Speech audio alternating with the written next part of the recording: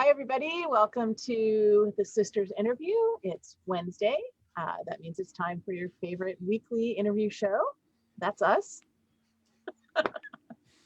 My name is Ashaksi. I'm from Montier. This is my sister, Sarifkin. She is also from Montier. And we tonight are interviewing another Ontieran, Sir Antonio Romeo Maria de Francesco de San Gimignano. So close. Almost So got close. it. I'm sorry. I'm totally distracted by the captions that said "I am a sexy" was what it translated you as. So It's not as smart as it thinks it is. yeah. Well, I got that right. Mine was less flattering, but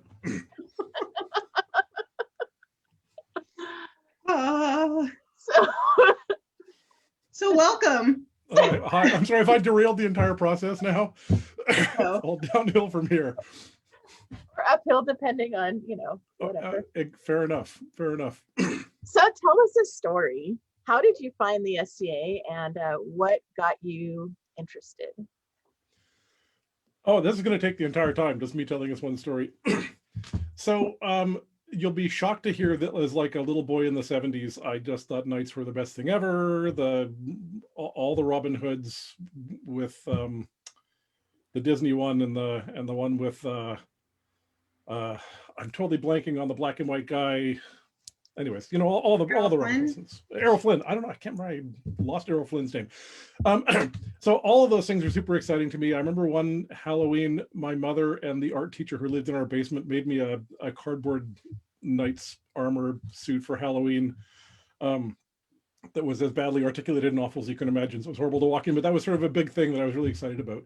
And then when I was in, I guess about grade 6, my best friend at the time went to Europe. His dad was a marine biologist, and he was going to a conference over there. And they went to this Viking dig. I don't remember which one it is. And he brought back 2 pieces of jewelry. One was a Thor's hammer that he gave to me, and the other one was, the famous front view of the Gokstad ship, Yes. sort of from the prow end. So it was that it sort of looked like a ship. And he wore it, and of course we live in the Pacific Northwest, so everybody who saw it said, "Oh, that's a beautiful whale's tail," and he would get all mad, like, "No, it's a Viking ship." And there's a little marine museum in Vancouver that has the St. Roch, which is a boat that went into the Arctic and sort of asserted Canada's ownership of that in that deliciously colonialist way. And he went onto that boat, and the person there said, "Hey, that's the Gokstad ship." And he like practically fell on his knees and kissed her feet. And it turned out that it was Alvina. And she said, "We're recreating the Battle of Hastings just in that park right across the street there next weekend. So you should come." So his mom, who was a big crafty person, sewed us some cloaks. That's the first picture. There's the cloak made out of fun fur and a bed sheet. She made one of those for each of us. That's half a bed sheet there. It's a super cute picture. Should we show it? Oh, go for it. Keep talking and I will find Alrighty. It. And we put on our exciting cloaks and our dungarees and all of our other desperately medieval clothes. And we went to the park, and it used to be an annual event, the Harold Hadrada Memorial Tournament. And we saw fighting for the first time. And of course, I was like an 11-year-old boy. How could I not be completely enchanted by it? So we found out that rattan was what people used. So we went and got some rattan, and we couldn't figure out what the big bulgy things. This was, of course, it was the early 80s. So it was before the days of low profile thrusting tips. So everyone had those big sort of Q-tip pom-pom things on the end of their swords. And we didn't know what those were, so we just wrapped layer after layer after layer of duct tape until we got a really big lump on the front. It's like completely rock hard mace-like thing. And of course, we were little kids. We didn't have armor or anything, but we were very excited to go to fighting practice.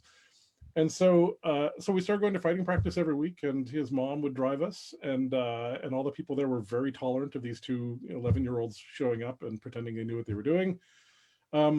And that was the beginning of a love affair. And I was a little kid, so I spent like 6 years doing slow work before I was old enough to put on armor that kind of fit me a little bit. And And Jeffrey de Renez actually asked me to be his man-at-arms at some point, and he made us boffers out of PVC tubing with closed cell foam around them. So we had these two sort of like katana length boffers, and we would whack each other with those. And that was it. And for many years, the entire SCA to me was fighting practice, which you know, now of course I look down at my nose. Oh, so people just go to practice, not events. But that was totally me as a kid. And the funny thing is, my mother never got into it. We didn't have a car, so like when I started going to events, it was just people I met at practice I'd have to have her sign a waiver at home before I got in the car. They'd take me down. I'd be a minor, so it'd be this all the complications of that. And it was a bunch of random strange dudes who would just take me in their car to events in a way that would never happen now at all. There you go. Worked out well at that time. Did your friend continue to play as well? He did for a few years. There's that other picture of me in the Japanese stuff. I don't know if you want to bring that one up. He came for a couple of years. Do you guys, either of you remember Ducky? Uh-huh. Yeah, so Ducky, Chris became his man-at-arms for a while, and so they called him the Duckling. And and he came for 2 or 3 years, but sort of eventually he stopped, and then I had to take the bus to practice because his mom wasn't there to drive me. Damn it. And that's all the way through high school. I remember I had a big duffel bag that I'd load all my armor into, and I'd have to carry the shield because it wouldn't fit in the duffel bag.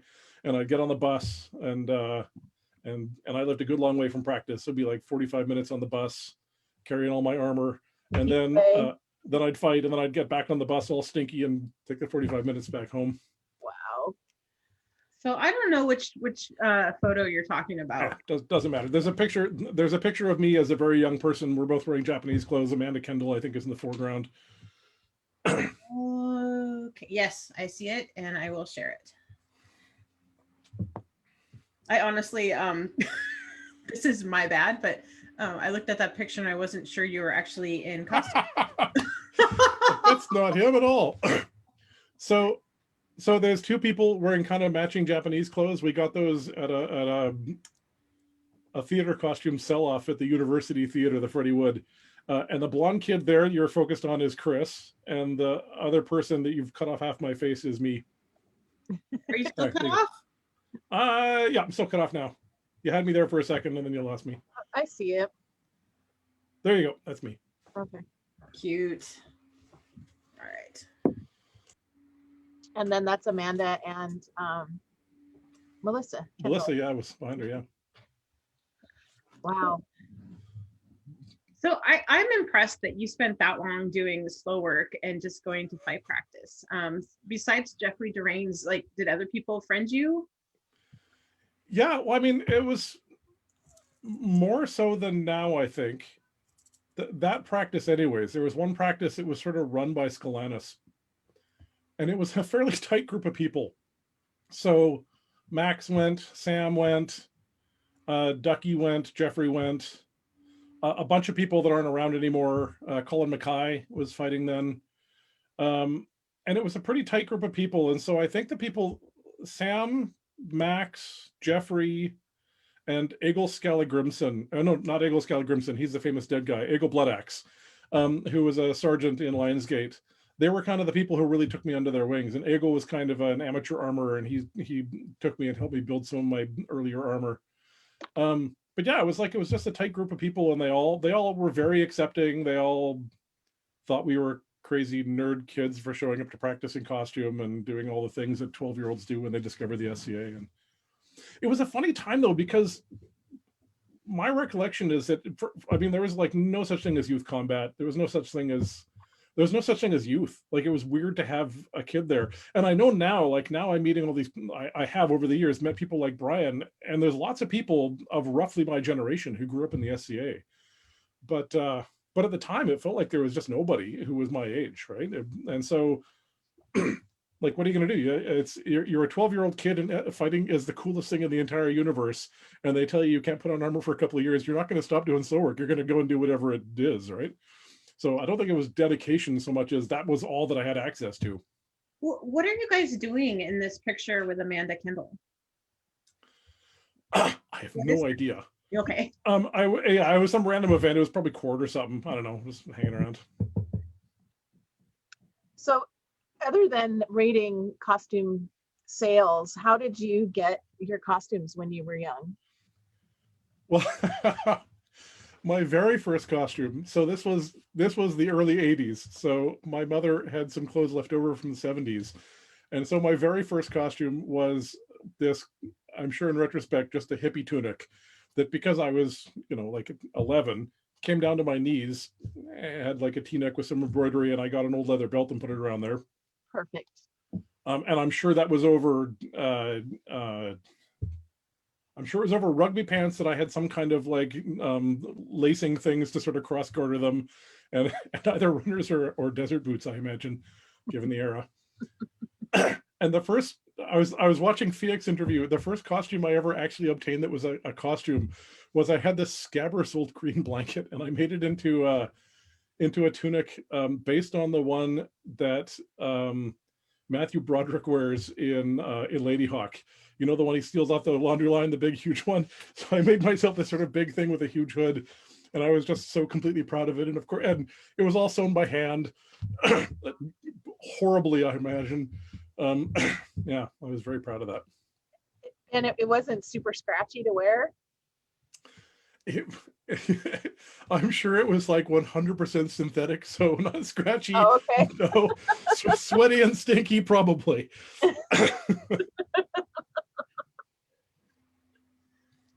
Because I can't get my kids to put wool on because it's too scratchy.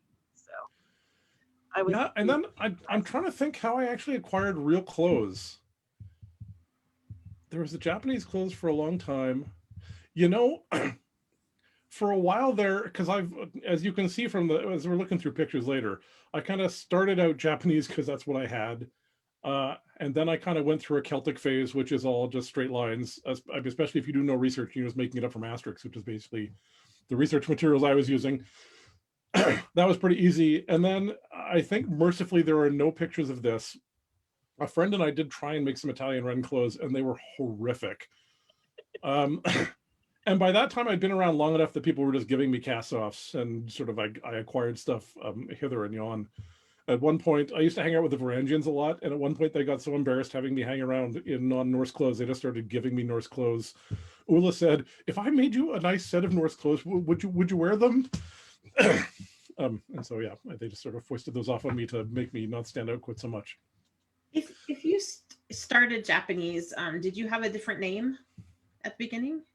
Oh, I'm sure I did, Okay. and I'm not even sure I remember it. I do remember there was a while there, there was a really cheesy book called Samurai Cat.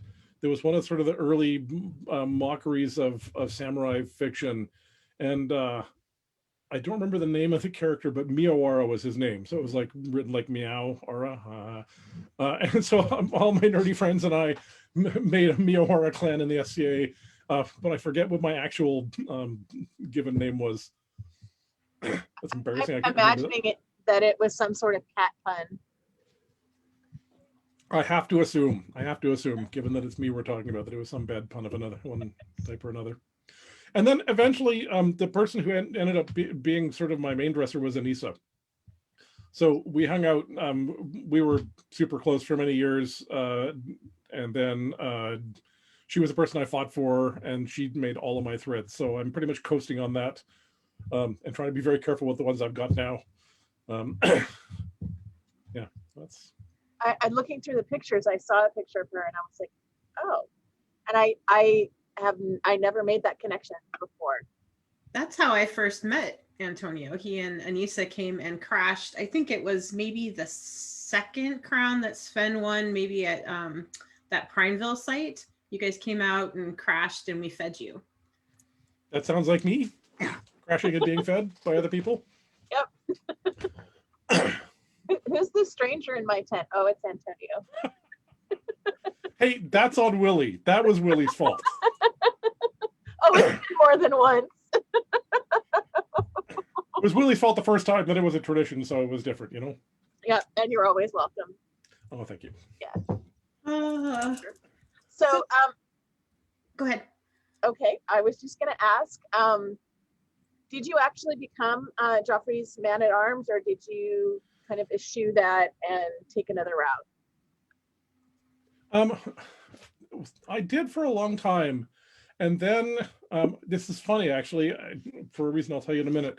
At some point, because I was a kid and sort of didn't have access to transit or anything, I was going to practice, but I was never going to an event, to any events. And he said, you know, like I don't feel like I'm doing anything for you. You're never go to anything. So like maybe we should rethink this. And I said, that's fine.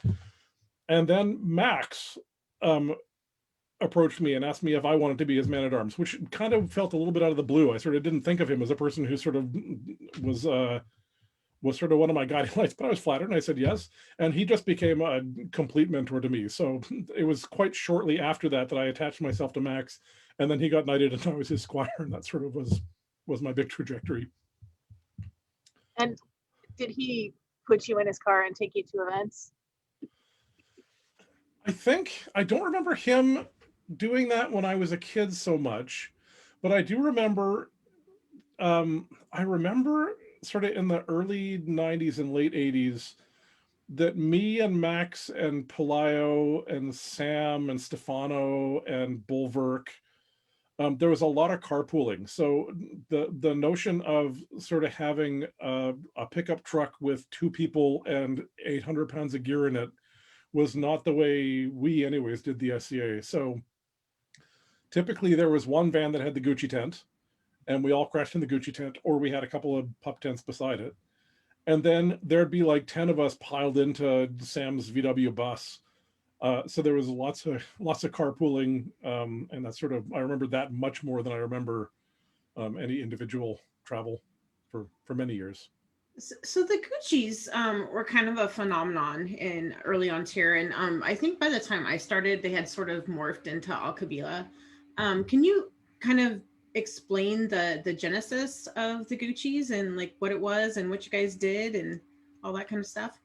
Yeah, kind of. So it's funny. I mean, not unlike me crashing in a Shaxi's tent, I was more of a hanger-on with both the Gucci's and the Varangians. So like I associate myself pretty strongly with both of those groups, but I was never sort of in either of those groups as such. So the Gucci's actually started before I showed up.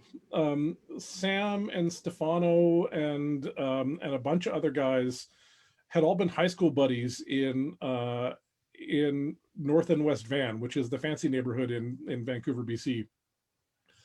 And so they all showed up, and they were by and large dressed in scrofulous old cast off nasty clothes and like falling apart duct tapey armor.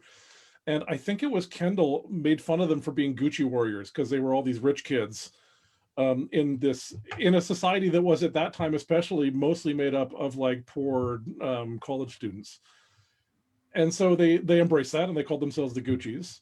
And they were a funny group because on the one hand, they were totally scum of the earth. Like they were very proud of the fact that they had the blast radius. So they'd set up their tent and you'd drink a Budweiser out of the can and you'd throw it as far as you could. So the idea was to have this sort of giant, awful scattering of empties all over the tent.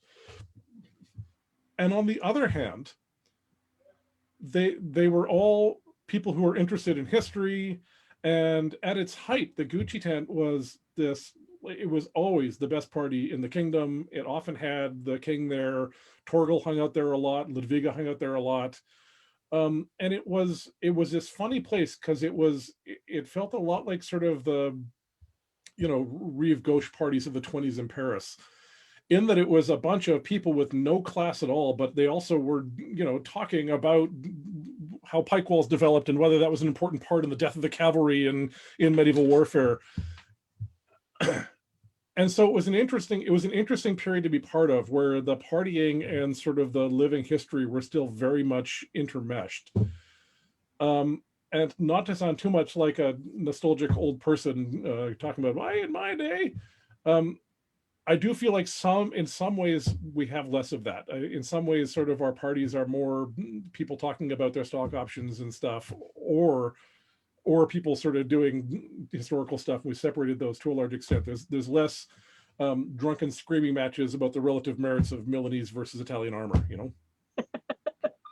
and I kind of miss that because the intrinsic medievalness of that time, and I don't know if I'm sort of nostalgically idealizing it, but it felt more like there was sort of like an ideological interest in being in a medieval world that sort of saturated the most ridiculous drunken party.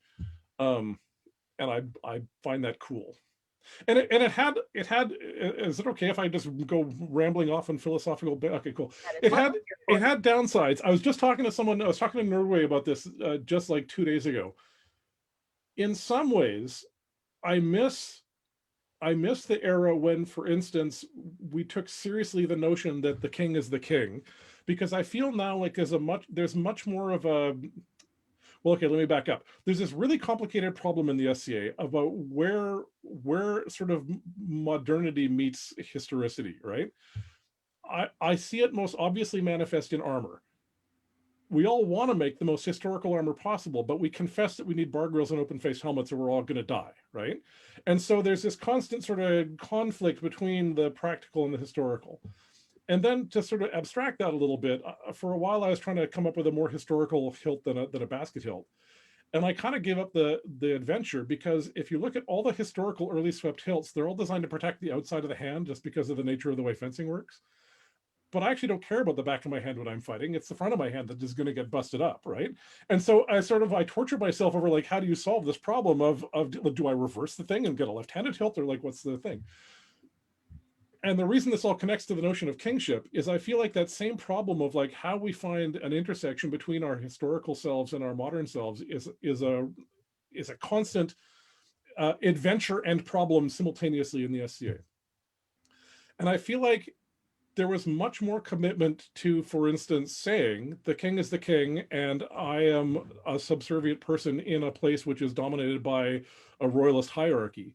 And now we're much less keen on that. We're much more willing to assert our democratic rights as citizens of a free nation, right? And I think that's awesome and horrible. And so on the one hand, there was a lot of abuse of that, where I think a lot of women were treated very, very poorly by people who said, I'm the king, so you need to sleep with me. And that's clearly not on, right?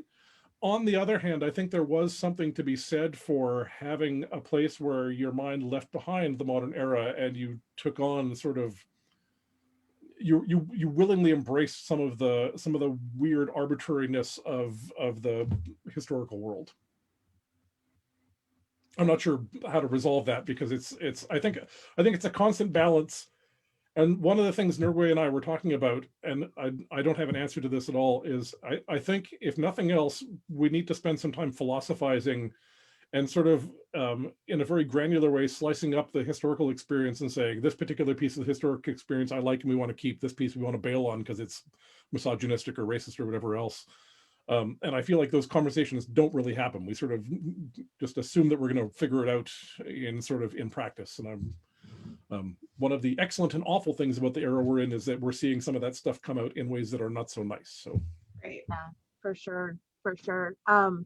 It's almost like in the early days, it was more kind of hardcore role playing nerds that were really more into it. And then it's kind of expanded into kind of recreational nerds who maybe aren't, and I don't want to get into like, you're not a real nerd and you're not, you don't belong here, but policing.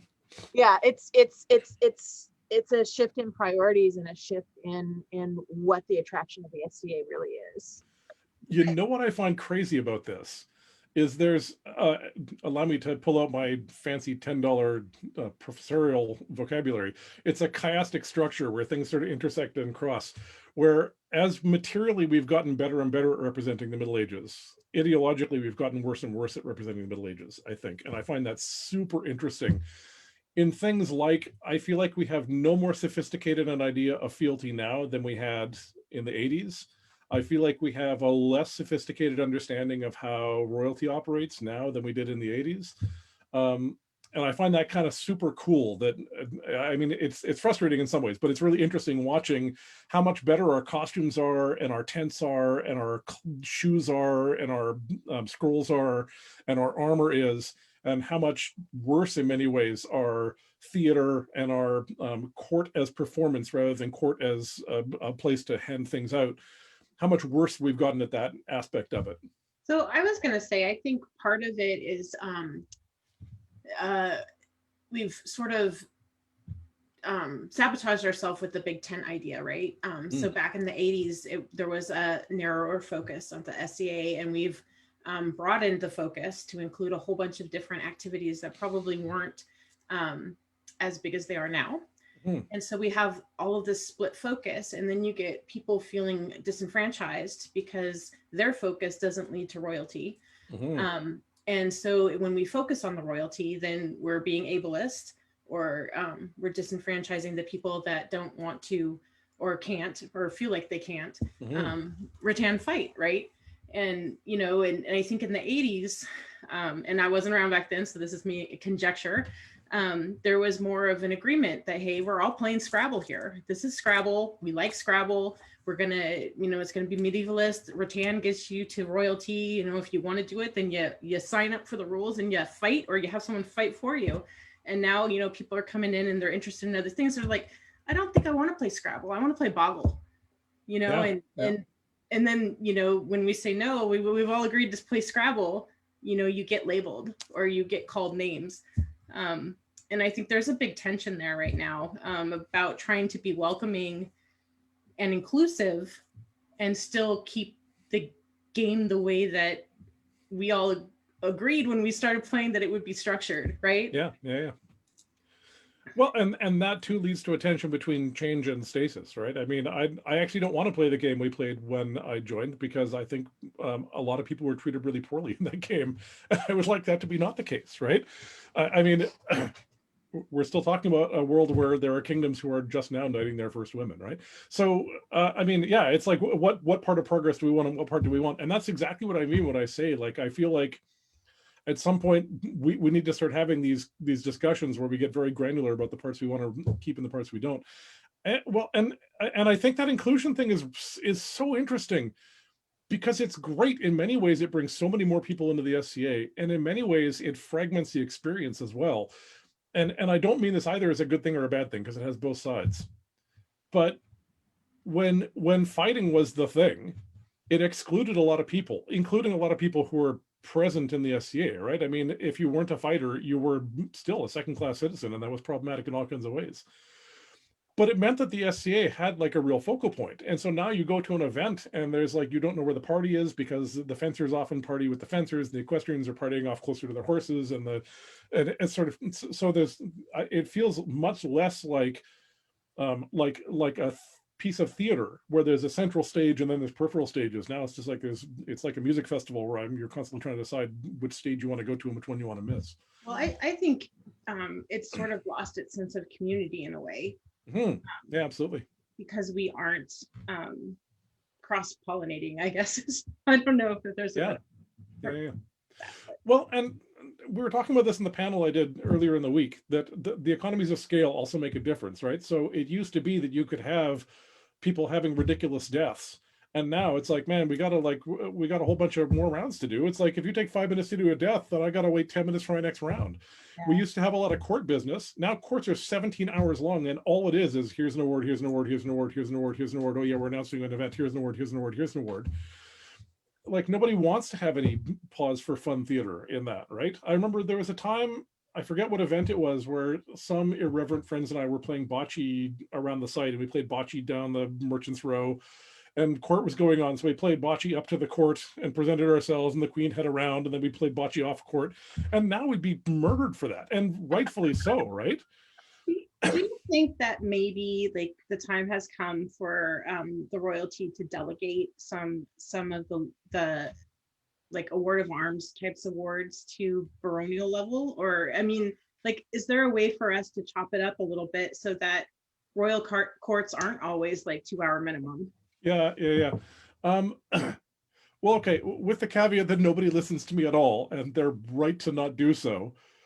I have thought for years, so in the early days of principalities in Ontario, the principalities gave out, I think, everything up to Goots and Jams, right? I don't know about that. And they've always been able to give out AOAs unless the king pulled it back. Or so I think that everything sub-peerage basically should be offloaded to the prince and princesses of principalities for people in their regions. And I realize that means that robs a lot of people of the opportunity to meet the king. but it means that they're being given an award by somebody who knows them and it means something to them, as opposed to some stranger they've never met before.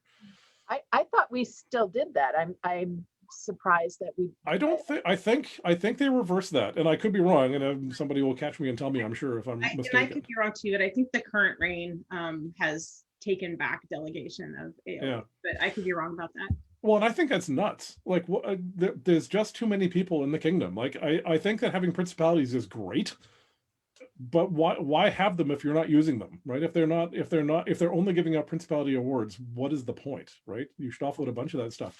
Well, and like you guys, I mean, I'm a lazy bugger, so I'm never on Ret News, but like you guys know, the royalty show up at a crown event and it's like the worst punishment ever. They don't sit down for like 60 hours.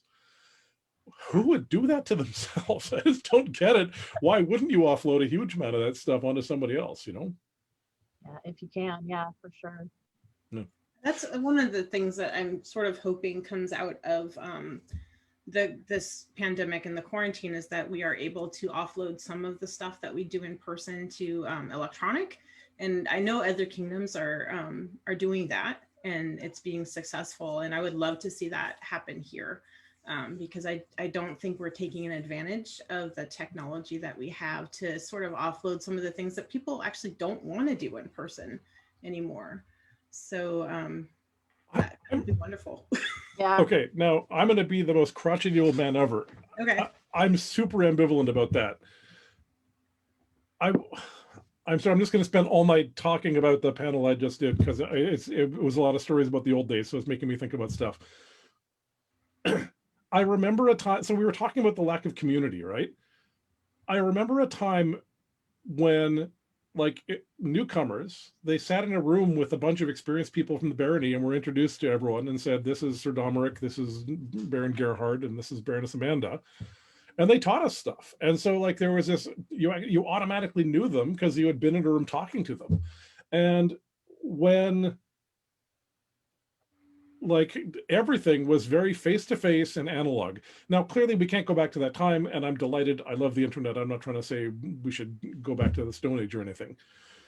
I'm not advocating for horse-drawn carriages. But I think the fact that so much of what we do now is online, we no longer have newsletters because we've got a web page. Who needs a newsletter if you've got a web page? We don't necessarily need newcomer classes because there's newcomer videos they can watch on YouTube. I feel like this has eroded a lot of the sense of community, because now you're part of this, like, and again, it's like, it's great and awful. The fight community is less regional, which is great, because we can all watch Paul's videos and Sean's videos and so on, and that's fabulous. But it also means that all the people have less of an intrinsic connection to the people who live in their barony, right? And so I totally agree. And if the technology is great, and for instance, I would rather that Knights Council was online to a certain extent, because it would make it more convenient, and it would mean that I have to spend less time at Crown. That's But sort of what I was talking about, like the higher echelon stuff. Yeah. I think that meeting people and connecting, that should be done in person, and we should be spending more time at events doing that. And if we're not having it at a local level, then we should figure out how to make it happen at a regional level or a kingdom level. But don't you, like, every Knights Council, not to give too much away to the Knights here, every Knights Council, there's a bunch of people I would never see, often people I probably wouldn't go sit down next to at the event if it weren't for this thing. And we poke each other and we make fun of each other. And there's a certain amount of actual interaction that happens because I'm in that environment. So, I mean, again, I'm more ambivalent than pro or anti. I just think that the more we take the SCA and modernize it, the more we have to recognize we're a bunch of geeks wearing curtains rather than a bunch of medieval people. The more that the SCA is a largely analog, in-person thing using the technologies of the Middle Ages. And, like, I'm not saying don't use the phone. I'm just saying the more that the central core experience of the SCA takes place in a historical context, the more, for me anyways, it's possible for me to inhabit the person of Antonio rather than Toby wearing stupid clothes. Yeah, see, I don't get that from Knights Council. Like, yeah, I would rather be on the field poking the people that I don't see very often and fighting them and hanging out that way, or hanging out at a party and having a beverage. You might be less of an antisocial troll than I am, so that might be part of the problem. Inconceivable. Talk to other people if I'm not forced to sit in the same area as them. Forget that. Antonio, you're a very thoughtful person. And I know fighting was part of your focus in the SCA, but you've also like really explored like heraldry and being a bard or a skald, and even the Golden Swan thing, which I really want to talk about because I think it's really amazing what you did and how you did it and why you did it. I would love to talk to you about that. How did you discover these other avenues that you were interested in?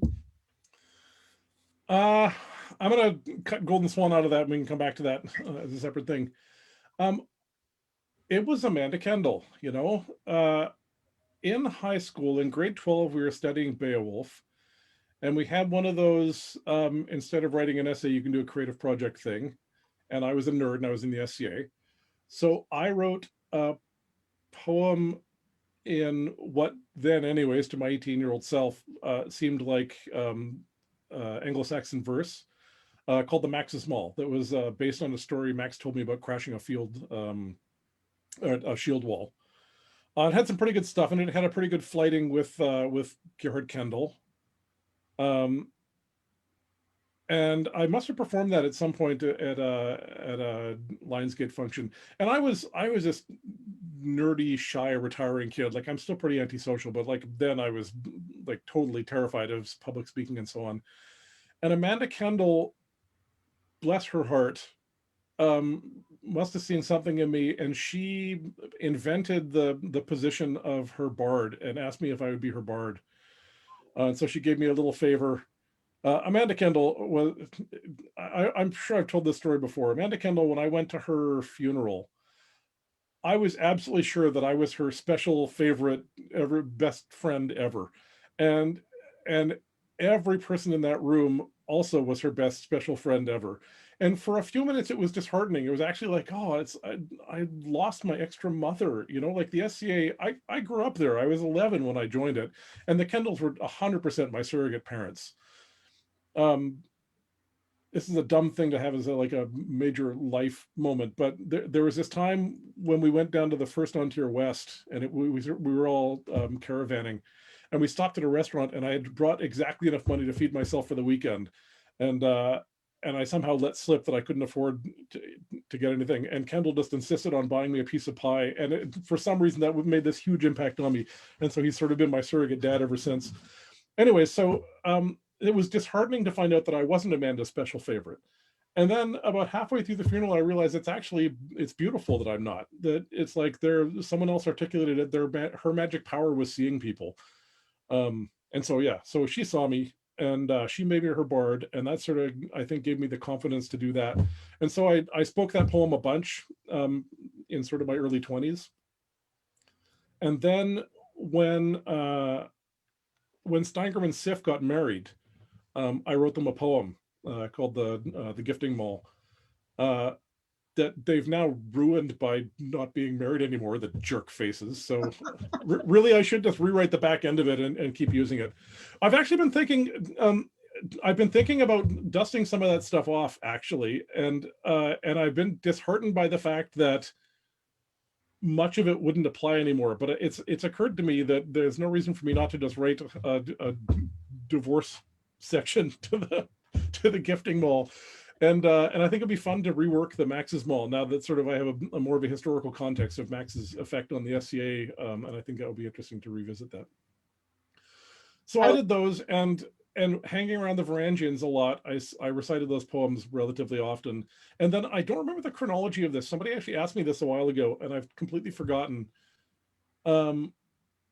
A bunch of sort of things happened around kind of 30th year. So Fiach got offered knighthood there and asked me to do his ceremony. And so I kind of had to, in 48 hours, pound out and memorize a poem for that. And then Skepti asked me to write his coronation, Darius asked me to write his coronation, and Sven asked me to write his coronation. I don't remember who was first or anything else, but those were sort of the big things that sort of got me excited about that stuff. And I don't know why, somehow Anglo-Saxon poetry has always been sort of my major medium. If I have a choice, I go to that. It's a pretty versatile verse form. Writing actual Viking verse in English is horrific. For reasons which, if you want a lengthy grammar lesson on why declined languages don't work in synthetic languages, I'm happy to give you that, but probably you don't. Whereas Anglo-Saxon verse is pretty limber, so it allows you to sort of use English syntax in a way that some of the, like Drochtved and so on, they become super complicated to translate English into those Norse forms just because of the way the grammar works. Yeah, and so that sort of, I guess, was the path. And then for a long time, so one of the ways in which Max affected my life, one of the many ways, was right when I graduated high school. He was living in a big hippie communal house with Sam and Bulwark and Gerhard von Nordflammen and some other people, and Pelayo, I think, was there. And one of their roommates moved out, and so he asked me if I wanted to move in with them. And so I was hanging out with them, and Gerhard von Nordflammen. You guys, do you know him at all? I've heard the name, but I don't think we ever met him. Yeah, so Gerhard von Nordflammen, he I think was the intellectual soul of the Guccis. He was older than all of them by, probably a decade or so, and he had been part of a really political barony in the West called the Westermark, that had been sort of quite important, I gather, in retrospect, in figuring out how royalty and fealty worked in the West. And then he moved up north. I think that he hooked up with Bulwark and moved to Vancouver because of that. And he wrote plays. So he had a bunch of plays that were, some of them were on SCA history, some of them were on period history. There was a musical that had the famous hit, My Words Go Jingle, Jangle, Jingle. And so I was sort of surrounded by people who were super excited about history and about SCA history and about theater and about performance anyways. So that all got me into it. And then at some point along these lines, Kelde, the Wanderer, was also involved in that social group. And she took me on as her apprentice. And neither of us are really active enough. We never formally dissolved that relationship, but neither of us does anything really anymore. So I probably am no longer her apprentice. And she and her other apprentice and I wrote a play about King James of Scotland ejecting the Jews from Scotland. And that inspired me, and I wrote a play of my own that was a cheesy romantic misadventure thing. And it convinced me to never do plays again. Plays are horrible because you have to have like 15 people all show up to the same place, and it's super complicated and staging and everything. Whereas the Norse poems, I could just, if there's a lull, I'll perform a poem. So it was much more gratifying artistically to do the just me by myself than the people remembering to bring props and all be in the same place at the same time. So how did all of this influence your real life? In real life, you're an English professor, yeah? Yeah. I don't know if that did. The thing that influenced my life is in fighting, I think I'm seen as a relatively intellectual fighter, which is funny because I'm also a goon. So I'm like an intellectual goon, right? Sure. And so because I think about fighting quite analytically, I ended up teaching fighting, like not formally or anything, but at fighting practice, I was articulate and I like to think about stuff. So I talk to people about fighting a bunch. And that, I think, got me into sort of the mindset of instruction and breaking things down and so on. And from there, at some point, I sort of wandered away from the SCA and took up swing dancing. And in the swing dancing community, I sort of, all of that, it's surprising how much partner dancing and sword fighting are really similar. Because in both cases, you're trying to non-verbally make someone do a thing that they don't know you want them to do. And so I found that a lot of the stuff that was good at making someone involuntarily do something translated really well to making them voluntarily do something. So quite naturally, I think, in that community, also because I took all of my fighting analytical toolkit into swing dancing, I ended up doing a bunch of teaching of swing dancing as well. And then through swing dancing, I met my wife, who browbeat me into going back to university. And by then I was hooked. So, I mean, once I actually saw people working in classrooms, I thought, yes, that's what I want to do. So I think there's a really direct line from my analytical fighting style. And I'm totally ascribe that to the 6 years of slow work. You know, if you spend 6 years doing slow work, you spend a lot of time thinking about strategy, because it's not very interesting on its own merits. It's only interesting as just tool for learning how to think more clearly, right? So yeah, I think there's a really direct line there to my current life. So Martin is asking us to ask you about the Papal Bull. The Papal Bull. Oh, You know, I've been thinking about this too.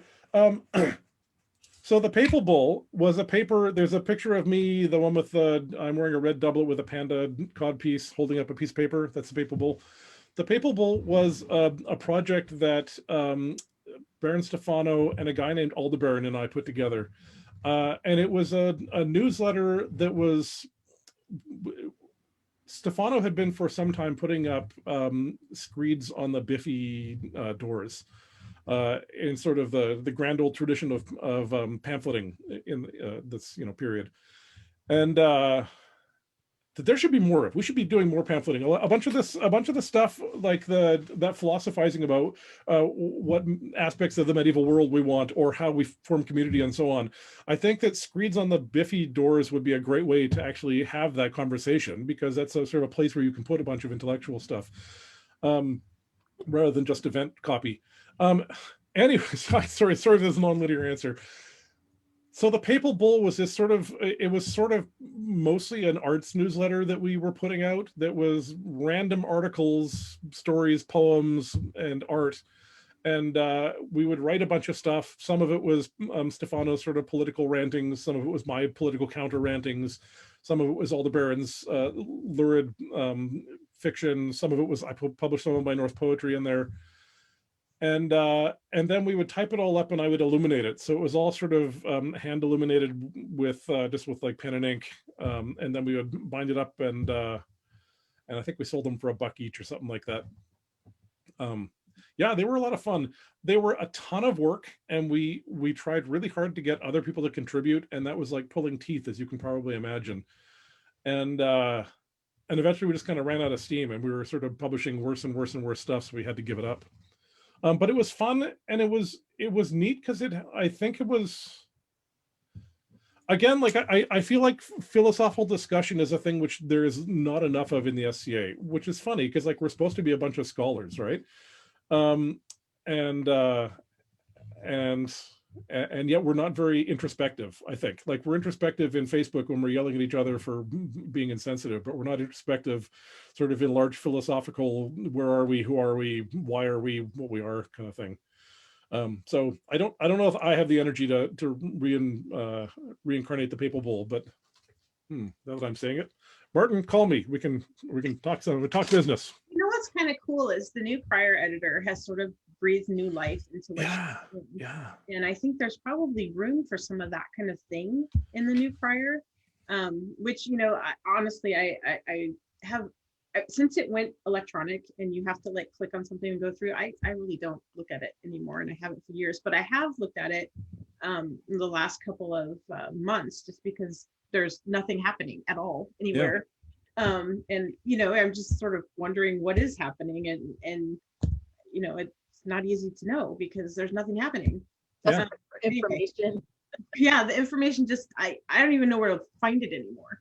But anyway, she's doing a really great job, and I think there probably is room there to do like intellectual or introspective things. Yeah. I have two things. You are the moderator of the Ask the Knights Facebook group. I'm one of them. Yep. One of them. So just so people can make that connection. Oh yeah. If you don't know who Antonio is, sign your posts. And really, I just wanted to have you do that. Good.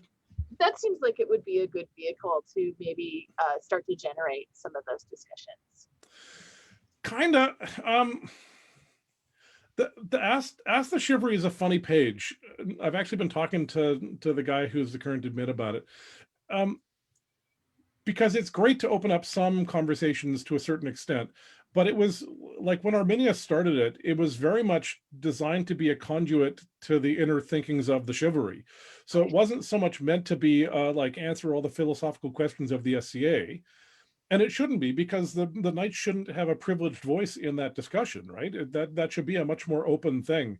I almost wish that we had, in the early days of the internet, there was a thing called the Rialto that was sort of like the open, right, conversation space of the SCA. And I feel like Facebook is not that exactly. And I almost wish there was something that was more just like a history and philosophy of the SCA page or something. Maybe one of these days I'll get off my sorry butt and start something like that. Start a Discord server. Yeah, or something. Yeah, exactly. I have to figure out what the heck Discord is. I'm 50 years old, man. What the hell is Discord? Get off my lawn. Dude, I'm 52 and I know what Discord is. Well, la-di-da. Yeah, but I have a teenage son, and that's why. I have a teenage daughter, but she is as big a nerd as I am, so she only recently has figured out that cell phones are a thing. So what would your Biffy flyer say? What would my Biffy flyer say? Mm-hmm. That sounds dirty. I'm sorry, it does. Well, it's less like flyers and less like, so, you know, like in the Middle Ages, they did pamphleteering, right? So if you had a political bone to pick and you didn't have a newspaper and you didn't have access to town crier, you'd write it down and you'd nail it to the church doors, right? So it's not like I have a thing. I think, for instance, I'm really curious about I've dodged a bunch of questions we should come back to, but I'm going to go off on a rant anyways. I'm really curious about this whole thing about elected kings, or I'm sorry, Fiac, if you're listening, I hated your idea of having people take on champions. I really like the fighting-centric crown, and I realize that I say that with a lot of privilege as a white, able-bodied guy who's in the fighting in club, and hypothetically anyways, could have had access to that if I'd chosen to at some point at the height of my fighting career. But I like it for this reason. Royalty sucks, right? Like, not our royalty, but like historically, royalty is a dumb idea. You take people who are qualified by nothing and are largely inbred to the point where they're distinctly unqualified, and you put them in charge of the government. And most often what happens is some much more competent person is behind the scenes doing the actual governance while the king's being a dork, right? And even at the height of like good kings, for the most part, the king was a guy who was like a violent thug who was really effective at being violent and playing politics, much more than actual governance.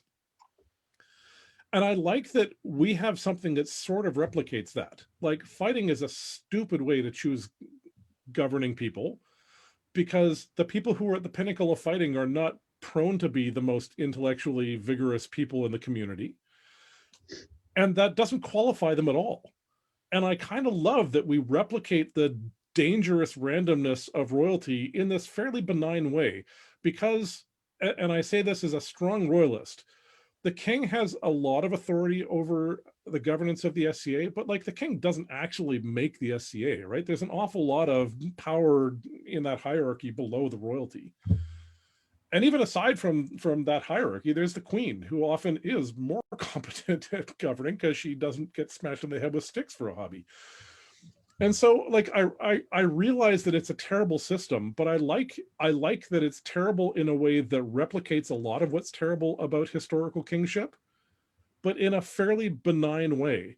And if we have the worst king in the universe, he's going away in 6 months. And I kind of like that. So I think I might, now that I've said this out loud, I'm not sure if it's worth it, but that might be one of my first pamphlets is Heavy Fighting Royalty Rocks because it sucks. Sven says that you could have been a contender if you had woken up before lists closed. I blame Ulf. Ulf was supposed to wake me up. He didn't. Yeah, Ulf's a duke now. Ulf, yeah, exactly. Exactly. See? That's what I'm saying. Yeah, Sven, I could have been a contender if I'd woken up before list closed and I didn't inherit Max's massive tourney choke. So yeah, that just sort of goes all the way down your line, doesn't it? It does. I'm so proud of Willie for carrying on the proud tradition of kicking everybody's ass until the second round of Crown. So for those of you that don't know, Max was Antonio's knight, and Antonio was Servilius's knight, who is married to Sir Rifkin. He's like Mr. Rifkin. He's Mr. Rifkin. Anyway, and Max, and people that don't know Max, because Max hasn't been playing much lately, is a really beautiful fighter. He's one of the people when I first started fighting that I was just like, I want to be that guy. He's just amazing. Well, and Max was this thing that if you want to see this thing now, watch Davin or Sven. If you didn't know those guys, you would think that they were living on raw talent, right? They're so physically adept. And maybe Sven now has tipped his hand a little bit. His fighting is maybe a bit too strategic. But like when you watched a young Sven, he looked like he was just some young guy who was super fast and had like a giant bag of talent and no brains at all. And like, I don't mean because he was dumb. I just mean like he was so physically, had so much physical prowess that the strategy was concealed. And Max just looked like this natural talent who just went out and kicked everyone's butt and like he wasn't thinking at all. And a lot like Magnus. Magnus is another great example, and maybe even a better example. Magnus looks like he doesn't practice or think about fighting at all. But if you ask him, like he'll tell you every single step that happened in a fight. He's super intellectual about it. And so Max, the other thing that Max did was Max started a practice that was, I think, the harbinger of the kind of training, Rifkin, that you're doing. That he took me and Ulf and Martin and a bunch of other people and really taught us how to think about fighting. And it was very methodical and very drill driven. And I think that he made a huge difference in at least our corner of Ontarian fighting. I just think it's sort of funny, like all of the examples that you gave, because I happen to know that all of those people that make it look easy and make it look natural are the people that live, breathe, eat fighting and think about it all the time. I mean, Magnus is a really good example of someone who currently, I think he has no desire ever to win a royal list, but I mean, that guy, you know, if he could fight all the time, he would. Sure. Yeah. Well, and I don't mean to like diss them, but like if you watch you or me or Vilius fighting, you can see the cogs ticking over, right? Well, am I wrong? It's like no, I think it's because we aren't as talented as them. No, okay, Sean. I look at Sean fighting and I can see his brain working. And like I've never met Sean, I don't know him, but like you go, oh yeah, there he's. You can see the strategy at work. I look at Sven and he looks like he's going out going, dude, oh yeah, I'll hit him there, baff. And it like I can't, maybe it's because they're so good at hiding the strategy, but like I don't see the cogs working in the same way. They're very in the moment, those guys. They're in their physicality rather than in their brain. So I don't know, like and like yeah, you, me, and Vilius maybe are not as athletic as those guys, but Thorin was the same thing. You watch Thorin fighting and you could see every piece of intellectualism in operation, right? Maybe they're just way better at fighting in the void than we are, you know, like they get to no mind and they just, you know, they're maybe turn it off, and the rest of us are just like too intellectual for our own good. I don't know. I'm an overthinker, so I happen to know that's one of my worst faults as a fighter. Well, clearly so am I, hence the tourney choke. But I gotta say, like I don't know about you, but I spend a fair bit of time fighting in no mind. And even in my no mindiest no mind, I'm quite intellectual. Or many years ago, I saw an interview. I spend a lot of time fighting in no mind when there aren't anything to lose, right? Yeah, like yeah. When I'm not in my head. Yes. Which is a lot of the time when I'm fighting. I saw an interview with Wayne Gretzky many years ago, and he was talking about how the reason he drills and drills and drills and drills is so during the game he doesn't have to do any of the thinking, right? So he thinks so much in practice that in the game he's just in the game. But Wayne Gretzky, you watch him play and you could see his brain working. Like he was a very intellectual player at his most in the moment, right? So I don't know, maybe I'm not articulating the distinction. I've never actually like broke it down like that way. So I'm gonna have to think about your observations. I'm sorry, was there a question at the beginning of all this? I don't remember, but everybody wants us to go to Golden Swan. So should I pull up the picture of Golden Swan? Pull up the picture of Golden Swan. Go through some pictures and then we'll end there and you can start talking about it. Does that sound good? Yeah, sure. Right. All right. Yep. All right. There we go. So we've looked at this picture. Here we go. This is a great picture. So this was obviously my my Celtic stage. There was a period when I was doing my carefully researched Asterix Celtic, and Sam was also sort of doing an Irish thing, and so often what we would do is I would draw woad all over him, and like, you know how much armor Sam wears. So I think I'm armored slightly more here than Sam usually is on the warfield. Yes. And so we draw woad all over him, and he would come back and he'd have just the most outrageous sunburns with these beautiful Celtic knotwork patterns all over him. So that was quite lovely. I love that somebody took the time to circle your nipple in this. I don't remember who it was who did this. I think it might have been my friend Zed, who I don't remember what any of her SCA names were. It looks like you fell asleep too early in the Gucci tent. And it's perfect to you. It does look like that. This actually was on purpose. And of course, we're using completely safe Jiffy markers, so I'm sure that this is like cost me 3 years of my life and toxic chemicals running through my blood. But it looked cool, so there you go. So this was, I think is that Dion I'm fighting?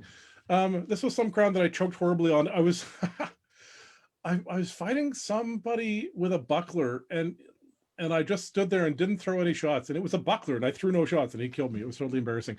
This was, I'm sure, me explaining why I didn't take some leg shot. But the Max, for a while in his sort of, he would go through these periods where he sort of would be really excited about building household cohesion, which was not sort of, it's a thing that I think is maybe more popular now. It wasn't as big a deal through much of my SCA history. I remember going to Penzic the one time I did and being completely weirded out by how everybody was in this like household encampment, and that was a very alien idea to me. But we all had these hoods that he had made, or we all had something that was red and yellow, which was, they weren't the colors of his arms. I don't know why he picked red and yellow. Anyways, so he had a hood, and I had a cowl, and someone else had a different hood. And so you could tell, because we all had something similar, that we were all in the same household. I'm describing this black and white picture. There's me and my Celtic thing. So for a long time, I fought with a katana because of the boffers that Jeffrey made, I'm sure. This was 25th year. I think they did 20th year on the West Coast, and they did 25th year on the East Coast. And I couldn't go there. So Kendall and Aldebaran, the guy who I did the Papal Bull with, and a couple of people, we all went down to San Francisco or to California, where they were doing a Beltane. And it was sort of the West Coast TFYC. And this, I think, was a tournament. There was this tournament where people would sort of buy a fighter. And I guess if the fighter won, they got some prize or something like that. And so this was me in that tournament. I did really badly. You can't see in this picture my running shoes or the incredibly scabrous hockey gloves that I'm sure I was fighting with, because we were classy back then with a capital K. It's so much easier now to get period shoes. Period everything, man. It's crazy how that is. You know, I look back at those old pictures and everyone's wearing cowboy boots, and it's so weird. So this, pardon me? Nothing, go ahead. Oh, this. So this is the old Gucci tent. You can see that scabrous nasty thing. Oh, you asked me about, never mind. You asked me about the transition to Kabila, which is a whole other story. So that's Sam on the left, wearing twice as much armor as he normally did. We all used judo gis. That was sort of the two big gamisons were either judo gis or those awful moving blanket things. Did you ever use those, Rithkin? No. Oh, they were like 100% synthetic. They had all the itchiness of wool and all of the heat retention of plastic. They were the worst. We had Laurelin to help protect us from those things. You're very lucky. And then there's me in the background. That is an axe that Torgal made. And so the Max's Mall, the poem that I wrote about Max, it sort of started me off in this whole epic poetry writing thing.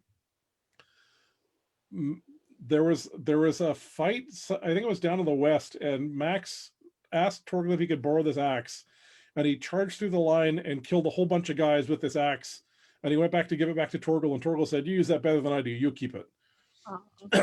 And so that became a very popular big item, and I think actually Ulf might have stolen that and never given it back. That might have fallen into the pit of Ulf-like. of Ulfdom, yeah. And that's Palaio in the middle, and that's Banjo. What is Banjo's Finn? Finn Steingrimson. Do you have your poems written down somewhere? I don't think I've ever heard Max's Mall. I have, I think, so they were in the Papal Bull, and I think, the old copies of the Papal Bull. So I will dig around and see. I was thinking I should dig out some of those ones and see if I'm not too old to memorize them again. We should scan those and put them like in the file section of the Kingdom website or something. Yeah, I should. There's some tiny part of me that's torn about that, because they're spoken, right? So to write them down feels somehow like I'm doing some horrible crime. But I really should. What I should also do is memorize them and speak them and record myself and put those somewhere and actually have files of them being spoken out loud. That would be amazing. All right, here it is. Oh yeah, Golden Swan. So I'm assuming everybody now knows what sergeantry is and what the history of sergeantry is in Untier. Is that painfully obvious to everyone? I think that's a good fair. place to start. Okay. Sergeantry, when Untier was a distant principality of the West, and people would go down to the West from Untier, and they'd be really good fighters, and Knights Council would say, that guy fights really well, but does he dance and play chess?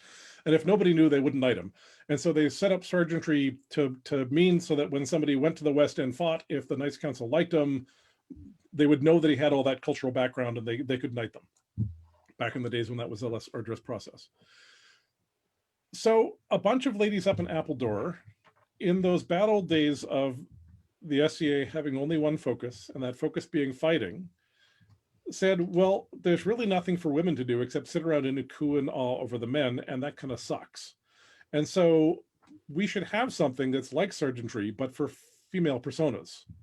And so the idea was that they wanted to encourage people to develop personas. And it was like a sergeantry test. There was a whole pile of categories where you had to do costuming, and you had to do department, and you had to do inspiration, and you had to do some kind of bardic presentation, and you had to prepare some food. And you had to there was a series of I say there was, because it was for me, it's still going. There are a series of criteria you sort of have to fulfill like sergeantry, and there's some flexibility as to how you fulfill those and how you manifest them. One of the people who started that, and I'm blanking on her name. Oh, this is so embarrassing. It'll pop into my head at 3 a.m, I imagine. One of the people who started that was talking to me, and I was a totally irreverent young punk at the time who wanted nothing so much as to cause disruption, hence the bocce through court and the cake we're going to look at later. And she and I got talking, and I forget whose idea it was. One of us said that it would be fun for a man to do it. And I said, I've got long hair. I'll do it. What the hell? And so I did. And it was really interesting. I think it would be very different if I did it now, for a bunch of reasons. Obviously, as the SCA has gotten better and better and better, the standards of what counts as research has gotten more and more rigorous. And so it would have been a lot more difficult at that now to sort of do the amount of work that it took. But it was interesting because it was, I think, the biggest sort of research project I had done to date. You had to, like do a letter of application and so on. And I made up a whole lengthy backstory and submitted a fairly thick packet of letters from me to my cousin, sort of starting when I was 5 years old and going up until I was 20, and sort of laying out the biography of this persona. Yeah, it was a lot of fun. It was an interesting piece of theater to sort of be embodied as this person for a weekend, which I didn't entirely pull off. I broke character a bunch of times. And it was a really interesting project. Like I'm no professional actor or anything, but it was really interesting trying to figure out sort of how to pass myself off. Like I didn't, so everyone knew what was going on, trying to pass myself off as a woman. And so I would do things like walk down the street behind women and have to look away when they looked at me because I was imitating the way they walked and so on. Yeah, it was kind of fun. You're following us. Creeper. Yeah, so as well, and trying to figure out things like to what extent does it matter that I have stubble? Like, how concerned am I going to be about that? And am I going to use the women's bathroom or the men's bathroom? So it led to this series of sort of interesting ideological issues and sort of working out how to figure it out. And so, yeah, I really enjoyed it. It was super interesting. And unfortunately, they do it on Thanksgiving. And so basically ever since then, I've had a thing that I haven't been able to get out of when it's on. So I've desperately wanted to go back more or less forever. Sadly, that dress became a pair of trousers, which then got shrunk in the laundry. So it very much doesn't exist anymore. But I imagine I can cobble together something if I went back. So a couple of people have mentioned names, Merowyn de Courcy and Siglinda of Elphinstone. It was Siglinda. Thank you so much. Yes, it was Siglinda. And her husband, Sean, also helped me a lot. So they helped me make the dress and led me to some resources. Sven says, didn't we ask if I could fight for you under that female persona, but they turned us down? We did. Oh my God, I forgot all about that. Well, hey, Sven, it's okay now. You can call me. We'll figure something out. I don't know. I think you're going to have to fight Rifkin for that. I would love to see Antonio reign. I hear she has really bad tourney choke, so I think I could take her. Oh, it's such a secret. So I think it's interesting what your motivation was. It was just to see if you could do it? Well, my motivation was, I mean, as a young irreverent punk, my motivation was I think my surface motivation was to disturb shit. But I mean, and I think this speaks to sort of the ethos of the Gucci's at the time. And again, like I was a hanger-on more than an actual person, or like I don't want to sort of append myself to these people, but if you think about the kind of shit that Torgel disturbed as a shit disturber versus the kind of shit that I can't think of any irreverent punks now because I'm sort of not around and I don't hang out with those people, but like the McBeans in Lionsgate were a bunch of people who'd sort of complained about medieval stuff and talked about their computer jobs in their tent that was made mostly out of blue tarps. So my interest in that sort of disruptive behavior was, I think, also motivated by interest in complicated projects. So like the Papal Bull was absolutely about being a bunch of irreverent pooheads. At one point, we called the king the lapdog of the seneschal, which probably wasn't the best idea ever. And so like going and passing myself off as a woman is obviously, like a disruptive behavior, but also it was a research project that took me many months and forced me to learn how to make a dress and what Catholic Mass looked like. Try to be in persona the whole weekend. And, yeah. I don't know how it was back then, but now, like, most of us are like, well, Ishaxi is Dawn and Dawn is Ishaxi, or, Misty's Rithkin or Rithkin's Misty. Yeah. We don't have a persona, and I don't talk about, living wherever. Yeah. I do a little bit, but I'm not a different I've been thinking about this a lot because I'm not a different person at events, but I try to live, I try to embrace my Scythian culture and I try to do those things. I would like to teach felting and teach weaving at an event. Now that my kids are old enough, I'm not constantly kidding, and it would be nice to not have meetings so that could happen. So. Yeah, then meetings is another thing, right? The scale it makes it hard to sort of do a bunch of the stuff now that the SCA is so meeting-ocentric. I had a revelation at one point. I wrote about this recently on Facebook. I worked at a factory, and every day I'd roll up to the factory in my street clothes, and I'd go to my locker and I'd take my street clothes off and I'd put on my greasy coveralls, and I would walk down to the floor where I wouldn't talk about medieval stuff and I wouldn't talk about books. I'd fucking talk about fucking sports and what fucking hockey team fucking won the fucking game last fucking night. And I'd put up with a bunch of guys who I would never give the time of day to in a regular context, and I took on a different persona, right? And then at the end of the day, I'd go take off my coveralls, put on my regular clothes, turn on CBC Talk Radio and listen to people talking about classical music, and I'd drive home. And it occurred to me that my SCA life was no less real than my real life. And it's 100% true now. I go to school and I'm not the same person as a teacher as I am as as I am here. So like, I don't think I have a persona. I mean, I know what era I'm from and what city I lived in and so on. But I think we have different personas, right? I mean, you portray different facets of yourself when you're at your grandmother's house than when you're at the bar at 3 a.m, and you portray different facets of yourself at an event than you do at work. And I think that's a perfectly valid persona, honestly. And I do wish that. So in COVID times, I've been noticing, I don't know if this is true for you, one of the things that's hard for me is there's no boundaries in my life, right? So parenting Toby, making dinner Toby, cleaning the house Toby, and teaching Toby, and doing medieval talks Toby are all the same guy, right? And it's really hard to sort of have all of those identities smeared into one thing, and it's exhausting not being able to compartmentalize it all. And I kind of wish we were better at that in events. And this is one of the things I think that sort of is a cost of the ESCA, right? Because so much of my SCA life now takes place online, it's hard for me to divorce that online experience from the in-person experience. And I kind of wish we were better at compartmentalizing that and having our in-person events be more a medieval event where we leave aside our democratic views and we leave aside our day jobs and we leave aside what we read on Facebook and we leave aside the video we want to share with somebody, and for God's sake, we leave aside our phones. And we exist in this other space, which is separate from the modern world. And I wish there was more of that. But yeah, in terms of persona, I think we all do that to a certain extent.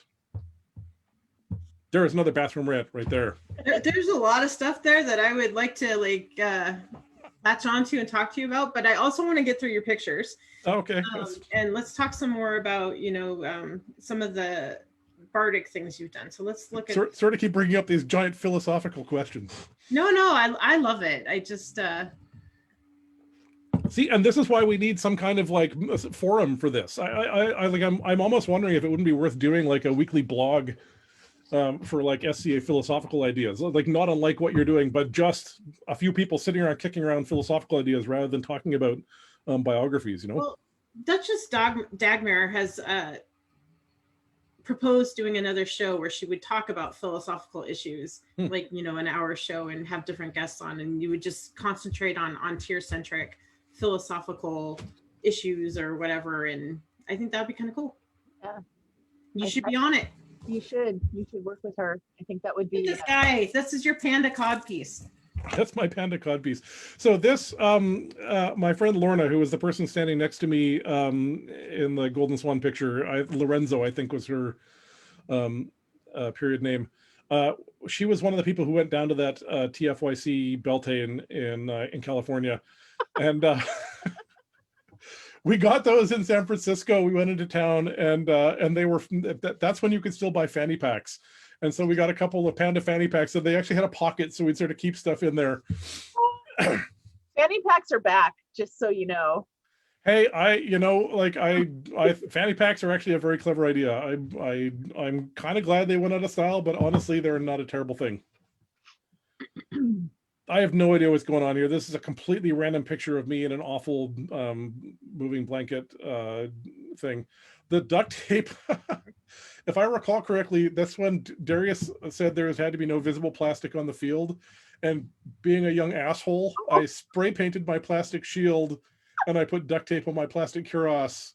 And I said, hi, it's not hilarious. And he said, no.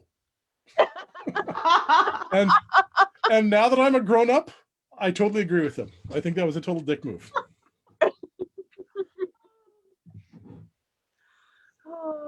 Tessella and Richard. So this was at 3YC. There was a tournament of the roses, I guess, where they picked a bunch of people, and they must have been really low on people that day because for some reason they picked me.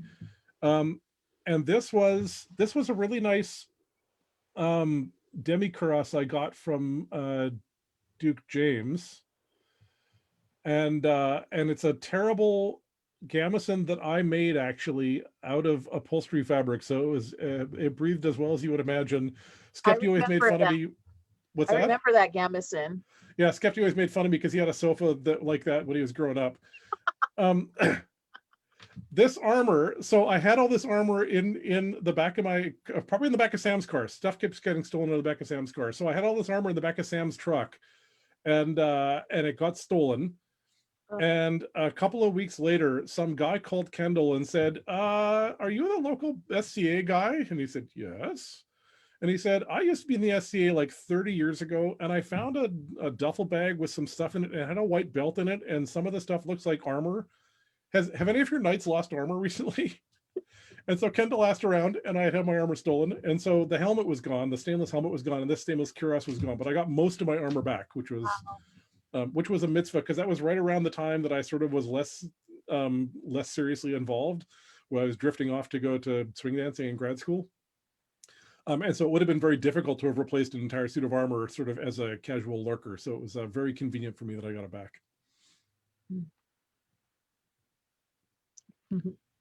Those are the pants that I made, or that I had made out of the Golden Swan dress.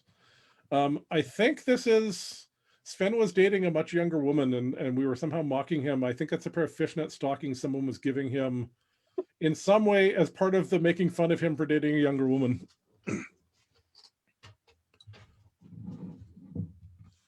Oh my This was, there's that same gorgeous gambeson there, and Skepti. And it looks like I'm not speaking for him. I think he's just got me as a hanger-on at this point. So I think it was shortly after that he started having me speak for him when he was in the finals. And for people who want to learn a little bit about history, do you want to name all the other people in the photo for us? Oh, I'm sure I can't. Is that Skeggy? It doesn't look like Skeggy. That's Skeggy. Yeah, it's Skeggy. And behind Skeggy is, I think that's Skepti's squire. Oh, what was his name? We called him the Sprout because he had that awful green lamellar. Oh, he's a knight now. He was the first person I fought in the SCA. I think he's Rifkin. You're muted. Wilhelm. Yes. Wilhelm. Yeah. Sorry, my dog is snoring really loud. And then, I'm so embarrassed. I'm blanking on the guy on the left. His name is Richard, but what is his SCA name? Garen. Garen. Oh, God, I'm so embarrassed by that. Yeah. And I'm afraid I can't identify any of the women. That's not Turi, is it? Well, I don't think so. No. Skepti's fighting for Nora, right? That's a... Oh, so it is. Yep, you're right. And I don't know. I don't know who Skeggy's with. I don't know who that is. Me neither. That's me clearly in my Celtic phase with Gunnar and Gabrielle. Is your hair braided? Yeah, I had people French braid it because it was quite long. Well, you could see it was quite long there for a while, and it's, well, Rifkin can tell you how awesome it is to fight with long hair under a helmet. So I always had people French braid it because that was the only way it would stay under the helmet. The helmet likes to eat it. So my husband and my daughter say that you look a lot like the guy from Role Models, the boy from Role Models as a youth. So, and this picture sort of shows it. I will have to take their word for that because I have no idea what that is. You've never seen Role Models? Oh, I've never seen Role Models. Antonio. Hey, you come back to me when you've seen Norseman. Thank you very much. Okay, well, that's fair. That's fair. That movie is my answer to what's your favorite medieval oid. Oh, hold on. Role Models, was that the one with Peter Dinklage and the terrible role-playing one? No, that was Knights of Badassdom. Yes. Right. The one with Kin Jong and the burger hole. Okay, no. You should watch it. I think you enjoy it. It's very juvenile, but I like that. So it looks like someone's getting knighted here. Yeah, somebody is. Nobody important. So this is me getting knighted. You probably have a better picture if you liked the panda cod piece. The cod piece for this costume was something else.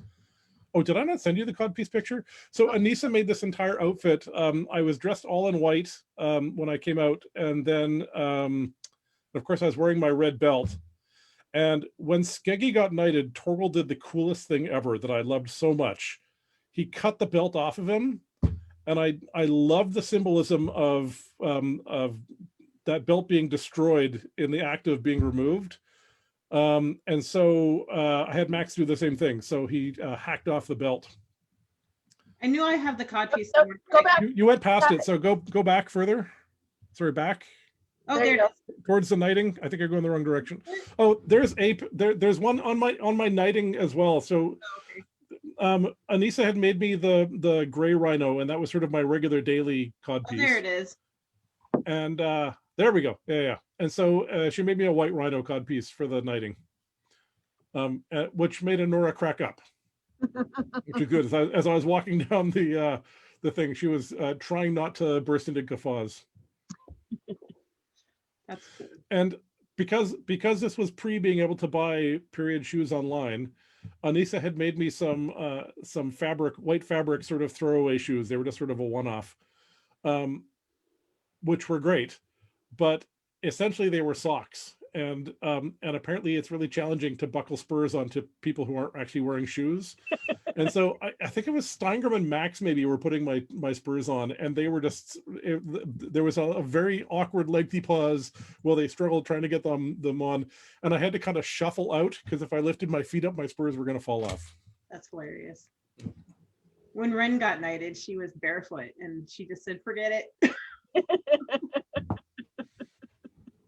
Nice. Yeah, so there's Max with the belt that he cut off.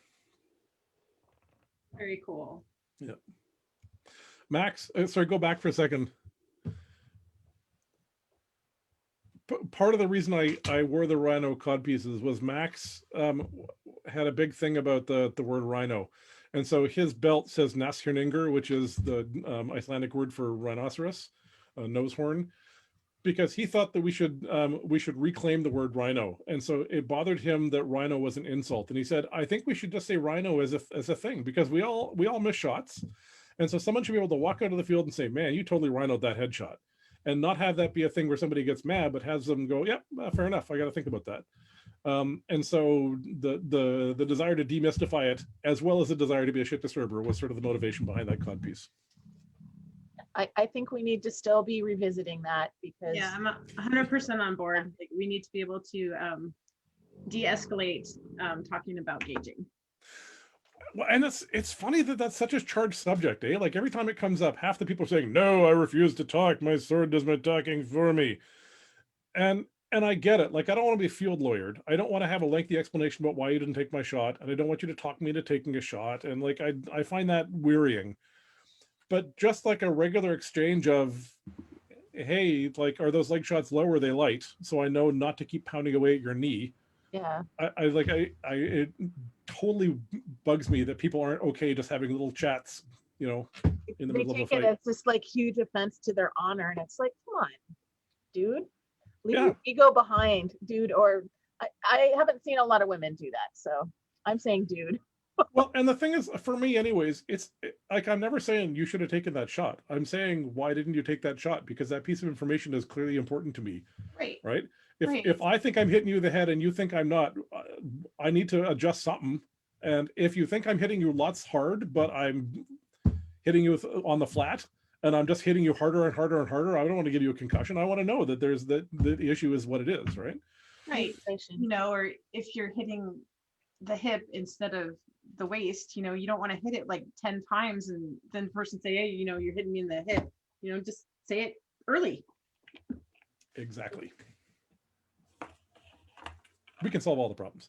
I'm pretty sure this is the time that I was forgetting Sven while I was reciting the lineage of crowns. So oddly, the last time Sven asked me to be involved in his coronation ceremony, I'm totally coincidental, I'm sure. I was going to recite all the crowns from the first one to Sven, and I had cunningly written down the initials of all the kings and queens on that spear. And I think the problem was that I knew that I had that crutch, and so my brain decided that it was going to lean on the crutch. And there's not a lot of initials in the lineage of kings. Lots of people have the same sets of initials, and so so I screwed it up. And he's totally forgiven me and never brings it up every time I see him again. So that's very kind of him. I guess it was kind of an important day for him, maybe. Whatever. Was this his first step up? No, it was like his 5th or his 8th. Or Oh. who can keep track at any point now? There is me, and I'll speak of the devil, and I'm pretty sure that's Bob of the Woods there. Yeah, that's Aiden. Yeah, who was another one of Max's squires. There's the red cowl there that marks him as one of Max's guys. Cool. He's actually watching. Get out of town. He is. We miss you, Rob. Hey, Rob. We miss you a lot, Rob.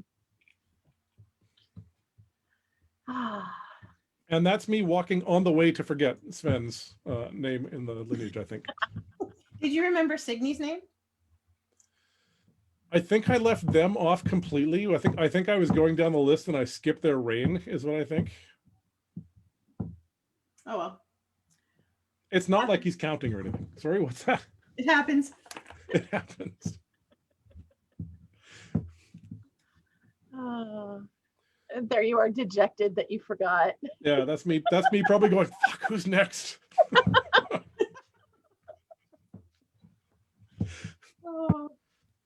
See, I should have been looking at the spear. There's me with my codpiece. That is a doublet that my friend Francesca made for me.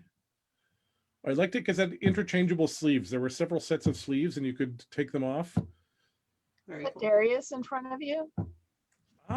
That doesn't look like Darius to me. Oh, maybe it's Darius. I think that might be That looks like Kerrigan to me.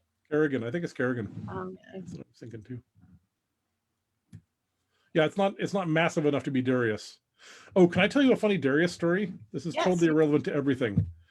Max has this great, or sorry, Sam has a great story about the first time he's fought Darius. So Sam and Darius were both Bulwark squires. And the first time Sam fought Darius, he saw him from across the field. He hadn't seen him up close. And he said, oh, he's like, 5'10" and 180. And he gets halfway across the field and he goes, he's like 6'2" and 210. He gets it just gets closer and closer and keeps growing. And he just completely missed the scale. I thought that was a good story that he kept adjusting his. I love that Darius was Bulwark Squire. I think that is amazing. So for people that don't know, like Bulwark's about 5'2", maybe 120 pounds, and Darius is a monster. And Darius is this giant guy who's actually quite quiet and taciturn, and Bulwark just is the opposite of that. So their personalities are kind of inverted to their identities. I have another picture that if I'd known we were talking about them, I would have brought of Darius and Bulwark had another squire who was Zed, who I think was the person who drew all that woad on me, who was a largish woman, not huge, but like bigger than average. And she's standing next to Darius, and she's standing like this, being really big, and he's standing like this, being really tiny. It's very adorable. So this was the first Rapier championship, I think, at the Snow Crown in Edmonton. This was something that had come from another kingdom. I feel a little bit ambivalent admitting this. So Darius was king, and I was involved in the Rapier community, and we were sort of talking about ways to make the SCA more inclusive and sort of gather in some of those peripheral communities. And something that I think Enstiora had done was a Queen's Champion. So there was the King's Champion was the champion, and then there was a Queen's Champion who was a Rapier fighter. And that seemed like a really good idea. And so I sort of talked to Darius about it, and he actually did it, but sort of we manufactured the idea. And we had that Rapier Championship in Edmonton. And in retrospect, we were talking about this earlier. I think it's great that there's all these other communities, but it has changed the focus of the SCA in interesting ways. And so I think to the extent that the diverse focus of the SCA is problematic, I'm afraid I would call this the thin edge of the wedge. To the extent that it's been positive and fabulous and inclusive, I would say this is one of the early steps in that path. Interesting.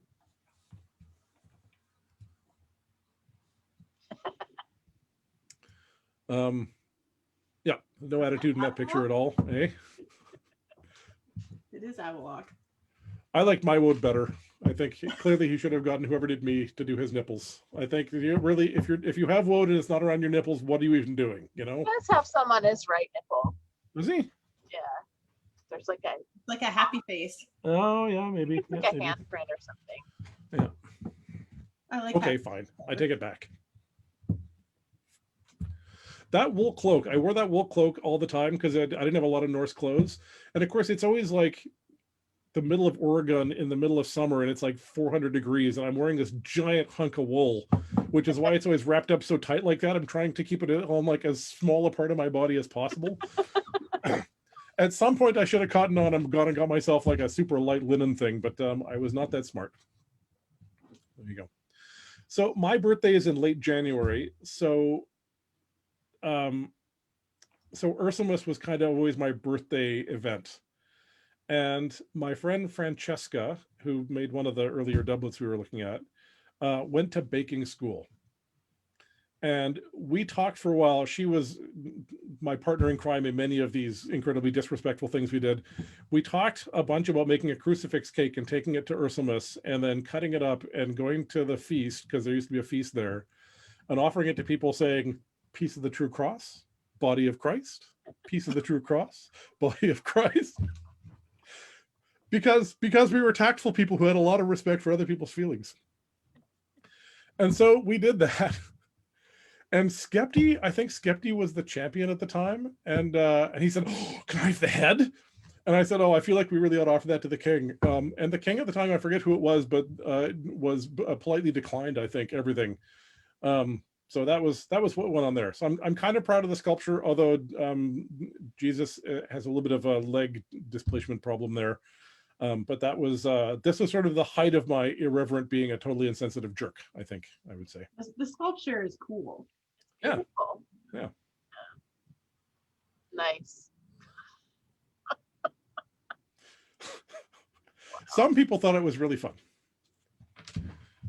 Oh, So this is Anissa's laurelling ceremony. So Anissa and I had been very much part of each other's early SCA journey. Anne-Marie asked me to come and talk at it, so I did.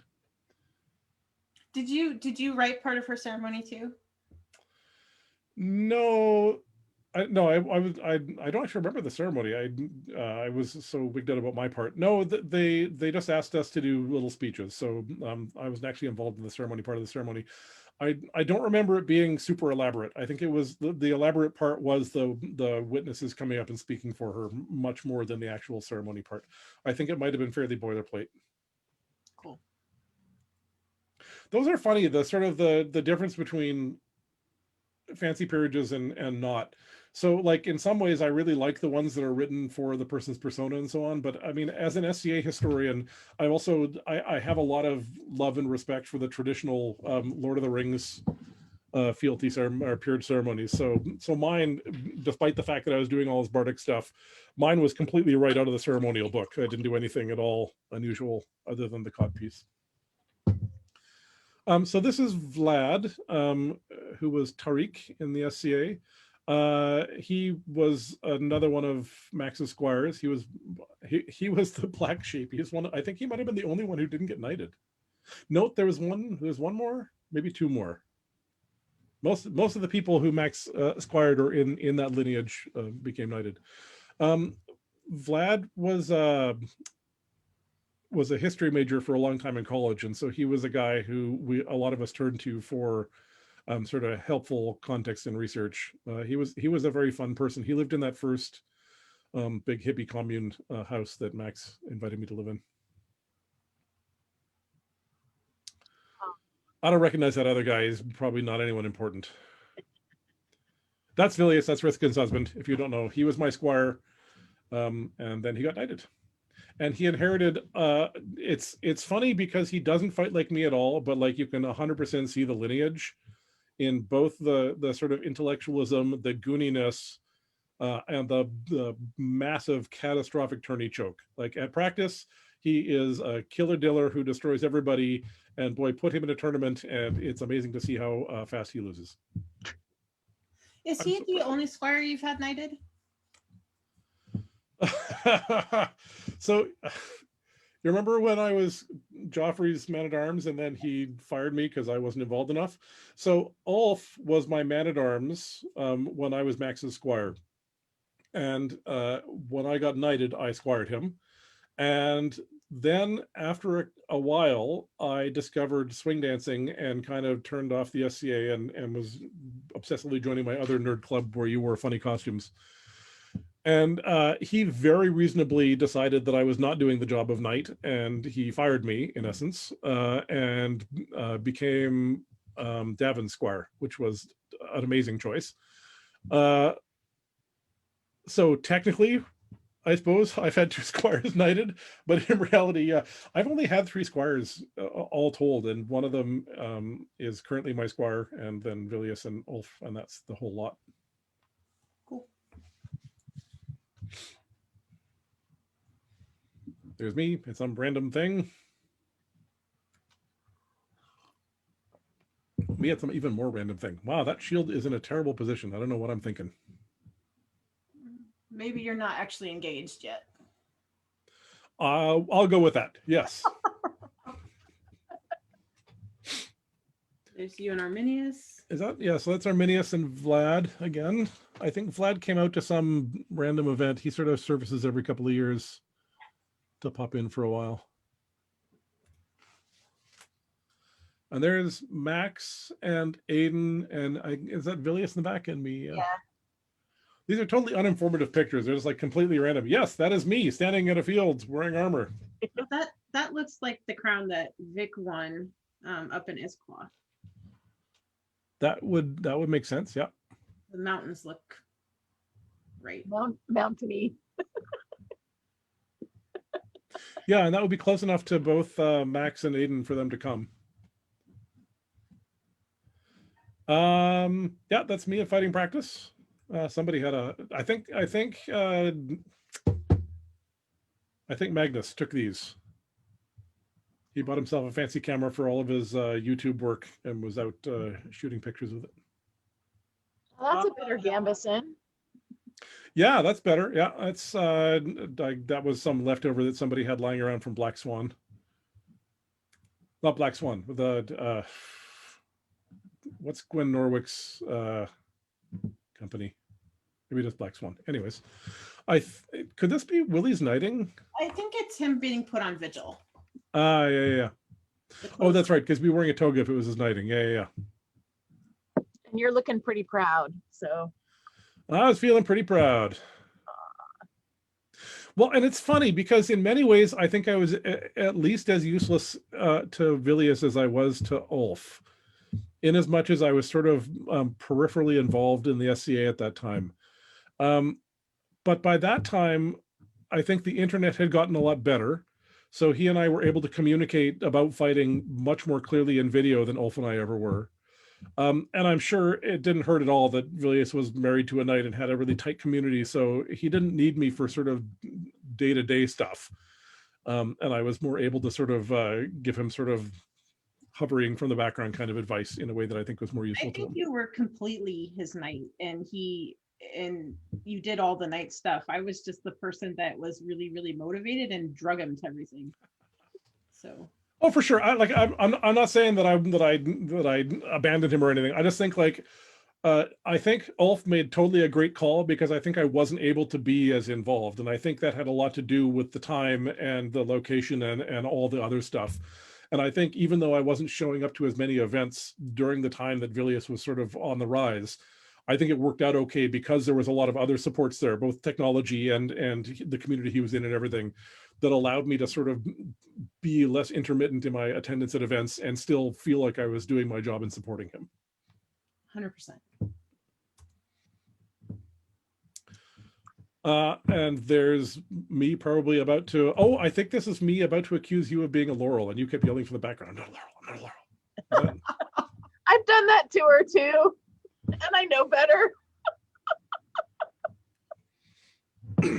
And that, I think, is exactly the same thing. I think I was actually making fun of somebody. I forget who he was going to fight, but I think there was a little bit of snarky back and forth between me and whoever was the herald for the other person. I forget who it was. Who was it, Misty? I know you know. Who heralded for Christian? I can't remember. Was Would it have been Lachlan? Ulf? Was it Ulf? It might have been Ulf. Might have been Ulf. It wasn't Lachlan? I honestly, I can't remember. Okay. Oh, and here we go. Oh yeah, so this was a picture I sent, just so we know who to blame for this. I sent this picture to Rithkin at the end of all the pictures I was sending her and said, ha ha ha, here's one just for your private files. And then she decided to let that. Oh yes. Actually, it was titled "Falger Means Handsome." It does. It does. So there was right before the time I wrote Sven's coronation. I think this was the first one I wrote, not the one I screwed up horribly.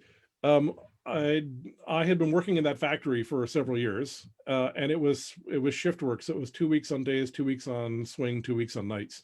And I'm a terrible insomniac, and it was completely killing me. So at some point I quit, and I was gonna go find myself on the road and drive around North America for a while.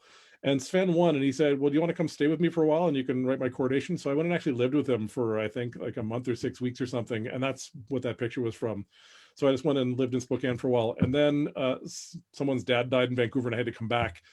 And then after that, I sort of took off and drove to Pennsic and up to Halifax, and then my car died and I took the train back. So it was sort of the beginning of a big, weird, epic adventure. And it was lovely living with him and Rachel just because they're lovely humans and it's lovely to live with them. But it was also really nice because it was kind of, I'm a giant coward. And so this idea of like giving up my whole life, putting some stuff in a car and just driving to see where I end up was horrifying. And it was really nice. It was a staging ground where I could be, I got to leave and not be in my home, but I had a real home to be in. And they sort of gave me a room that was my room. And it was a giant gift to sort of give me that launching off point where I could feel like I was starting an adventure while remaining very much in the embrace of my safe family. So that was lovely. And I repay him by giving you that horrible picture because that's the kind of friend I am. And forgetting his name in the ceremony. Oh, there's my dog doing the thing. Forgetting his name in the ceremony. Exactly. I think that was a different ceremony, though. I think that was a ceremony that I actually had not had as much time to prepare. The one, that first one, I had several weeks to just sit there and actually work through it. So I think that one actually went off better.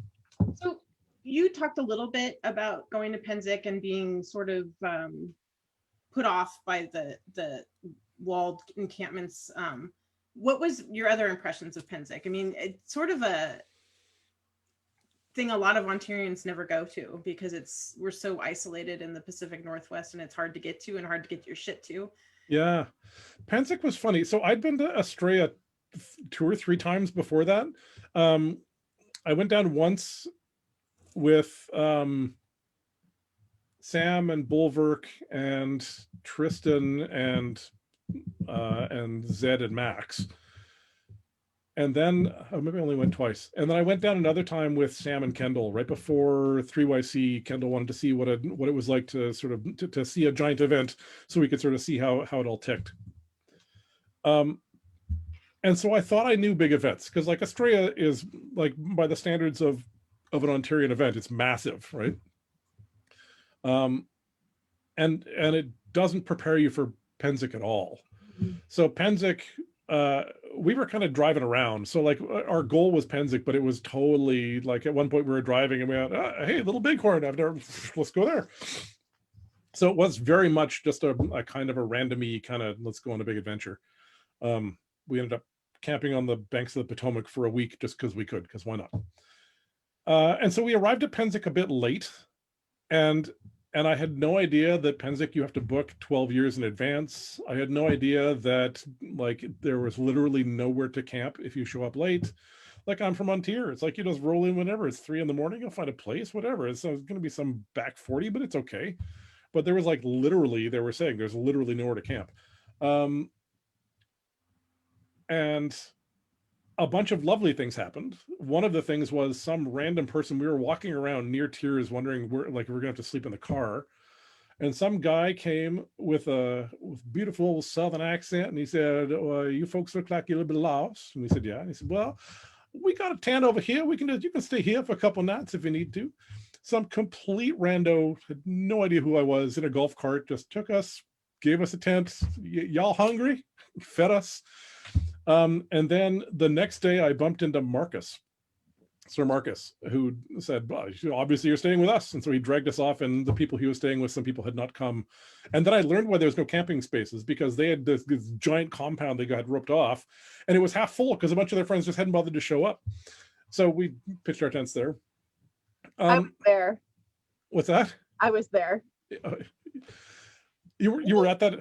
You were at that? Yeah, I was at that event with Marcus. Get out of town. Yeah, that's one of my memories of making sure Antonio had a home. Okay, well, there you go. And I ended up not in your tent. What are the chances? And so I don't know. I mean, I keep saying this. I'm a shy nerd, and I do really well at bluster when I have a role. So like standing up in court and talking is really easy for me because I've got a really defined a job for me to do, right? But at parties, I'm really shy. I have a terrible time talking to people. And it's one of the things I love about Untier is like, I don't, I go to a couple of events a year now, and there's always a place I can go and I know everybody, and it's just, I can relax and I don't have to worry about meeting new people. And there'll be some people I'll meet by accident, but I sort of can hit my comfort zone. And Pennsic was weird because it's huge. I remember we were driving up to it, and we were like, you're driving along to an event and you start seeing campfires in the background. You go, okay, well, we're here. So you're driving along, you see campfires, you go, oh, we're here. And then the campfires disappear, and you go, oh, I guess that wasn't it. Oh, there's some campfires. I guess we're here. Oh, no, they're gone. And it's like for a half an hour, we were driving past, we're driving at highway speeds, and we're like for half an hour, we were passing campfires. And then finally we pull in and there's the thing, and it just goes on freaking forever.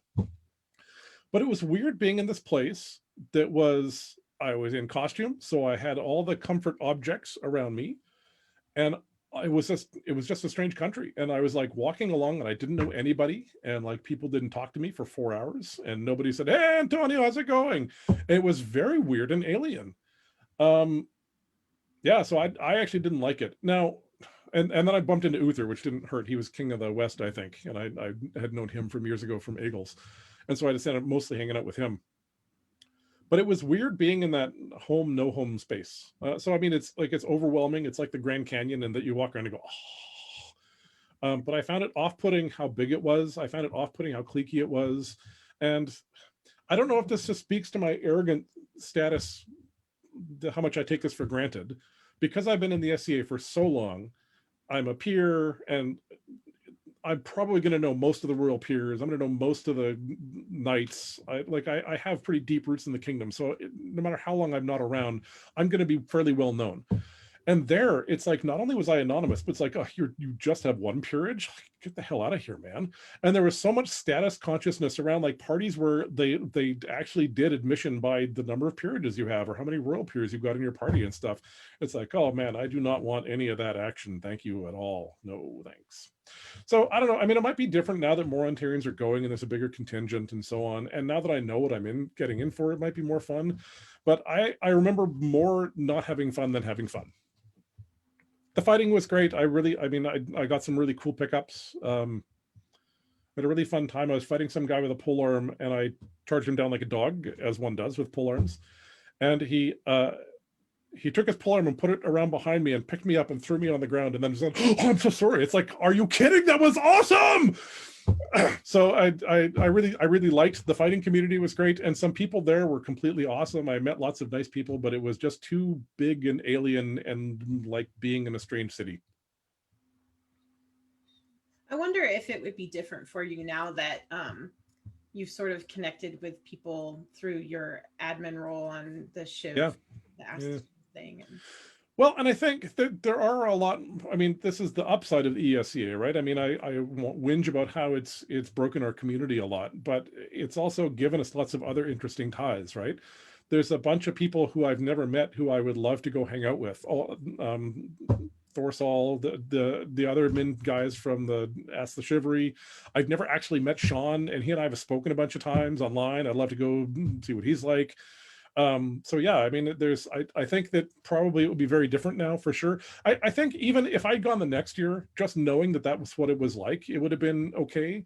It was very unheimlich going to a place that is so much my comfort zone and having it be not that, having it be like, as a shy 12-year-old nerd discovering the SCA, it's like, oh my God, here are my people, right? Here is a place where it doesn't matter if I don't wear trendy clothes or if I don't go to the right parties, because none of that stuff counts here, right?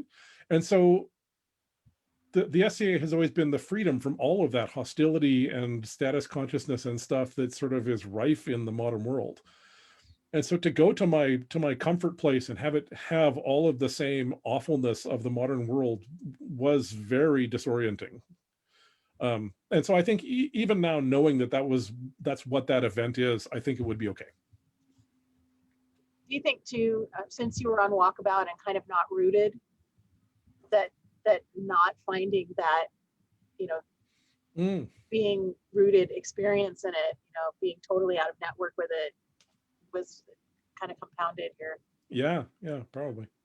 Well, and I have a lot of great memories there. I bumped into Mark de Gockler, which was great. I've known him for years. It was nice to spend some time with him. I had a very proud moment. There was a king sweeping up some broken glass, and I snatched the broom out of his hand and said, "Please, Your Majesty, allow me." And he said, "Well, I feel kind of useless." And I said, by letting us serve you, Your Majesty, you're serving the kingdom." And I felt very smug about having pulled that one out of my hat. So, I mean, it was not like I had no lovely moments. It was great. It's just that the whole thing lacked that comforting homecoming that I expect. And you're right, being rootless at that moment probably amplified that. Well, I have good memories of you at that event, so. Hey, Shaxi, how many times have you been to Penzic? Twice. Okay. Yeah, twice. Okay. That time and then the time that we went. Yeah. That's it.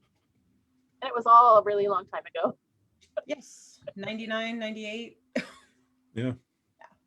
Okay. Do we have other topics we want to cover?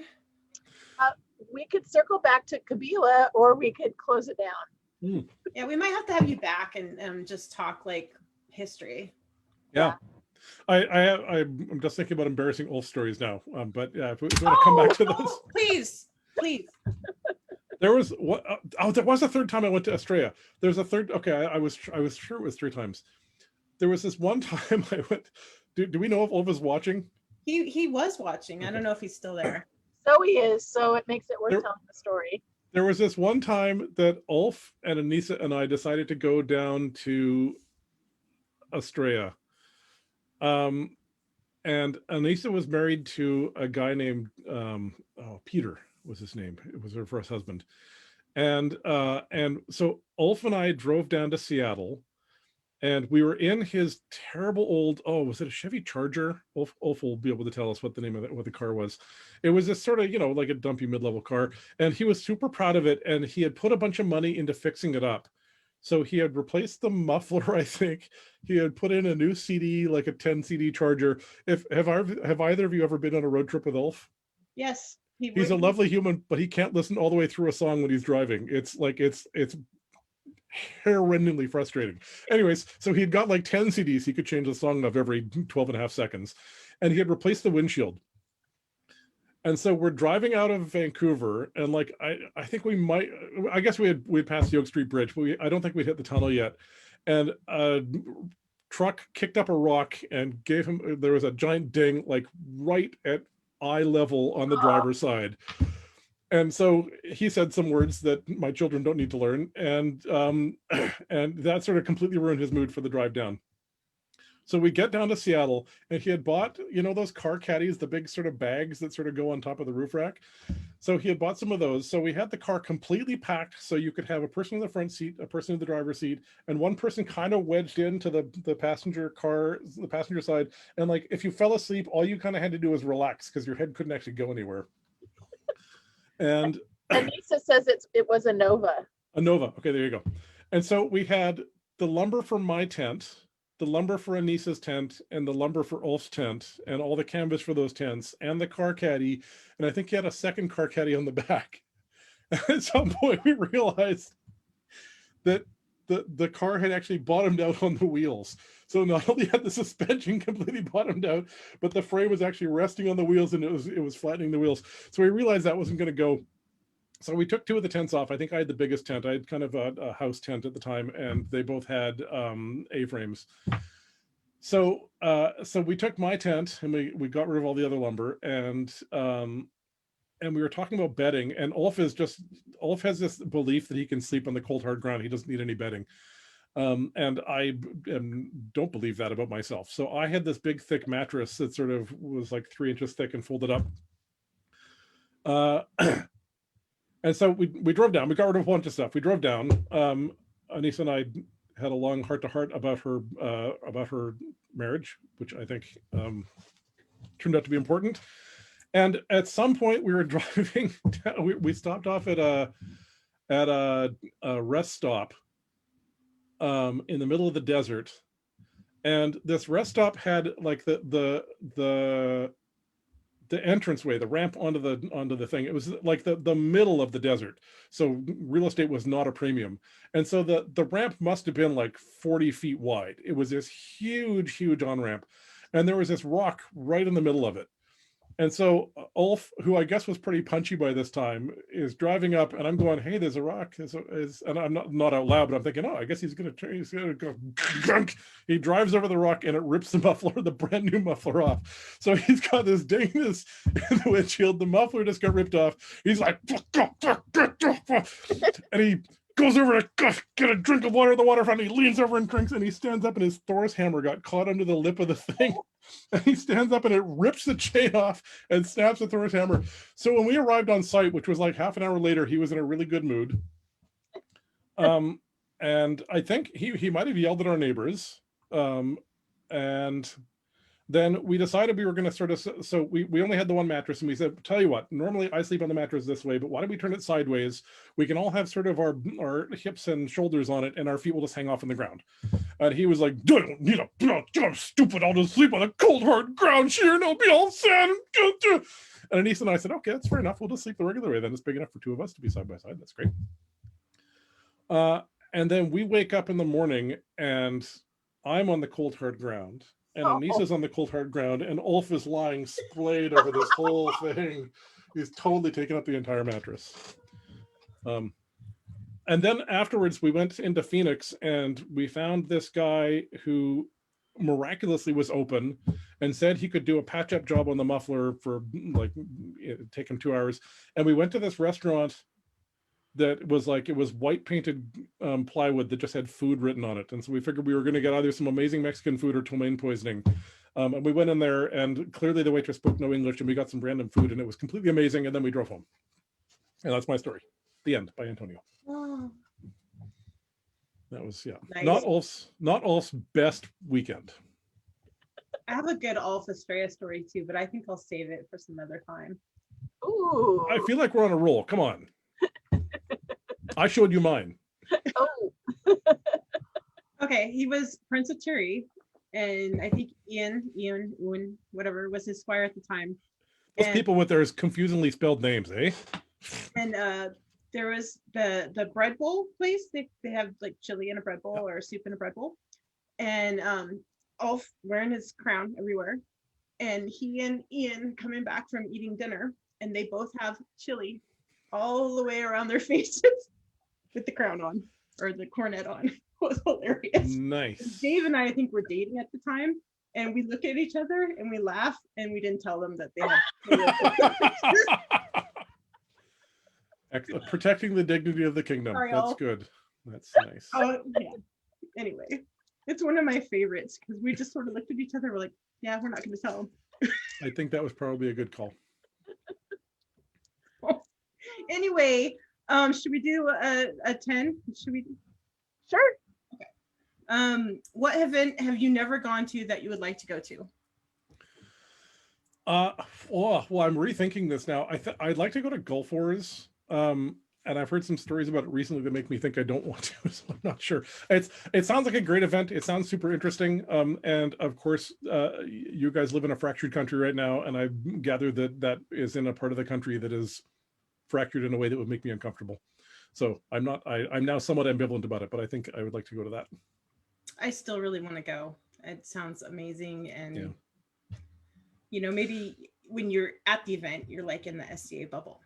Yeah, well, and I think Penzic again. I think now as a more mature person with different expectations, especially now as more people are there. I mean the fact that there were so few Ontarians, I think, was part of what made it so weird for me.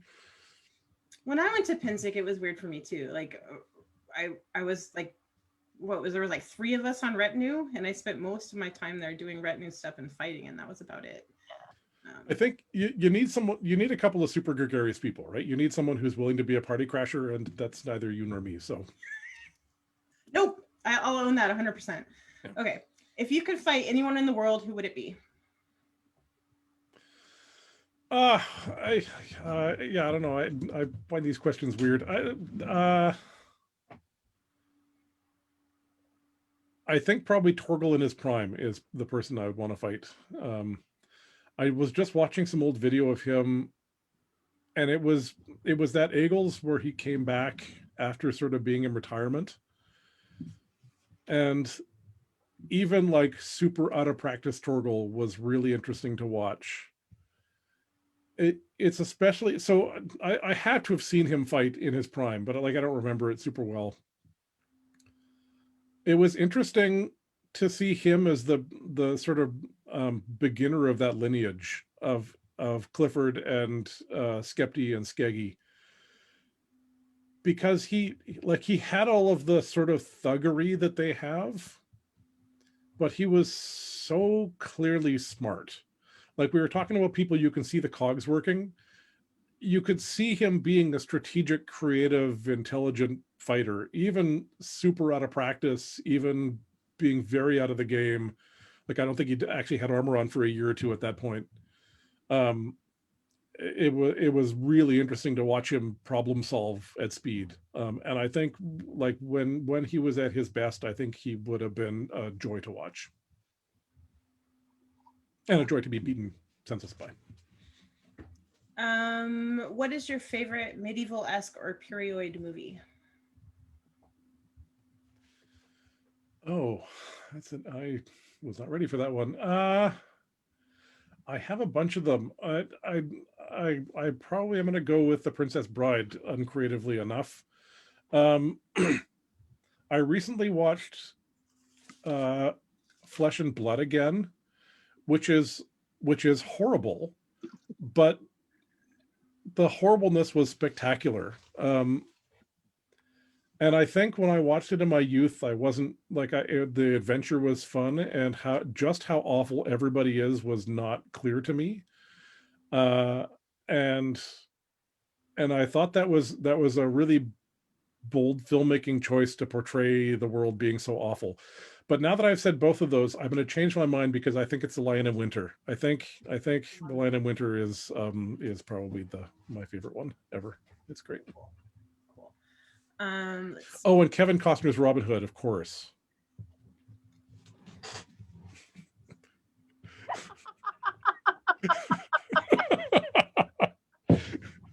Somebody posted a still from that the other day, and I had like flashbacks to how horrible it was. Pretty bad. Okay, horrible. What book do you think everyone on the path to knighthood should read? Right. I think I have a hard time with this question. I was thinking about this because you asked someone else this. As a teacher of literature, I think I have a very different relationship with books about history and so on than regular humans. So like when I read the Song of Roland, I just see that as a piece of propaganda, right? So I mean the political backstory is so present to me that it's hard not to think about that. To me, I think that knighthood in the SCA is really anachronistic. So, I mean, it hasn't come up an enormous amount here, but one of the things that I'm really excited about in the SCA is that the SCA itself has now been around long enough that it has its own history, and that history is intrinsically interesting. So as a historical society, I'm super interested in looking at what was going on in Italy at the turn of the 16th century. And I'm really interested in what was happening with Anglo-Saxon poetry around the time of the composition of Beowulf. But I'm also super interested in what happened in the Ontir Rebellion. And so that internal history, I think, is really important. And I think that what we perceive of as knighthood is just desperately divorced from anything even vaguely historical. And I think that's good. Because, like, if we're honest about it, chivalry is just a lousy excuse for a horrible thuggish warrior class and a misogynistic oppression of women. So I don't want anyone to learn any of that stuff, honestly. I want us to have an even more idealized version of chivalry than the Victorians had, which is sort of the essence of most of our sense of chivalry. So if I'm going to be a completely pretentious college instructor, and why stop now? I'd say the Odyssey, or not the Odyssey, the Iliad.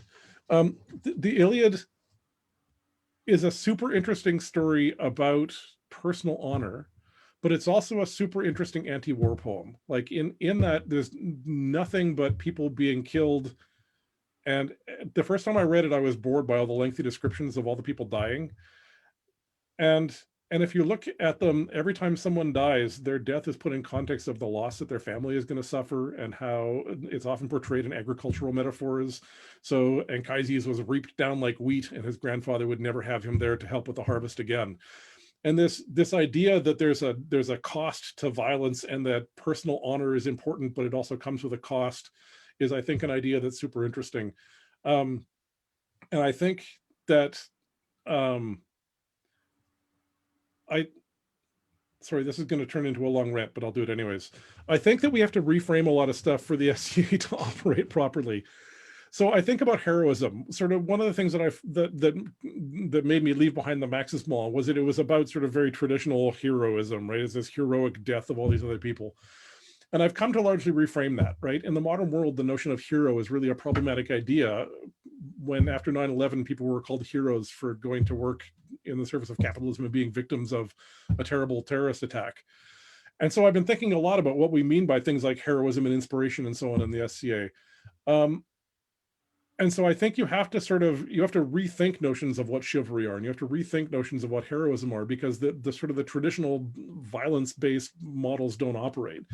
And so for me, knighthood is much more about, courageously self-examining the SCA and thinking about ways that it can be better, and ensuring that future generations can sort of become better than us.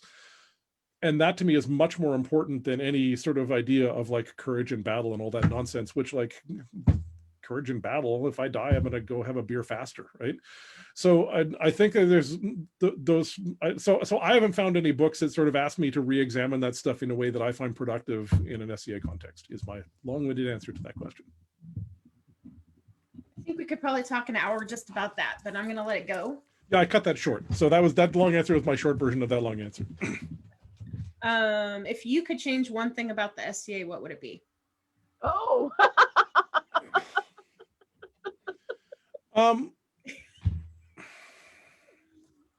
I'm trying to put all the things into one thing. I think it would be, I would reclaim the silliness. So, I mean, I mentioned this in the panel again. The first event, the lists were sanctified with a reading of Winnie the Pooh in Latin. Our fealty ceremony is based on Lord of the Rings. And I love how serious we've gotten about our scholarship. I love that our costumes now don't look like Errol Flynn movie costume sets. They look like period costumes.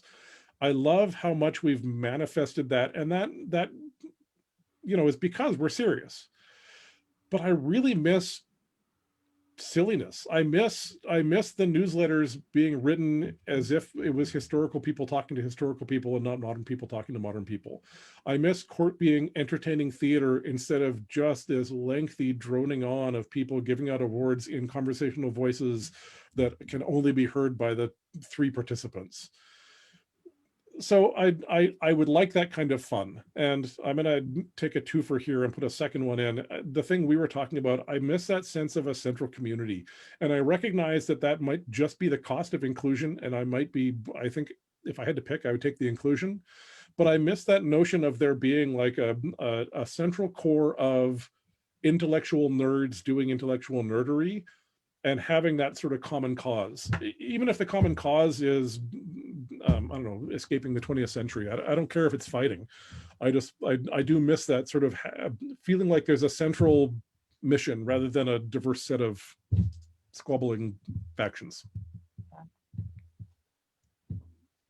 Now I'm like, well, how could we refocus so that we could have a central, and that would be inclusive. That can be our next session. There you go. Yeah. When we start a blog. I don't want to start a blog. All right. What is your favorite in-kingdom tradition? My favorite in-kingdom tradition.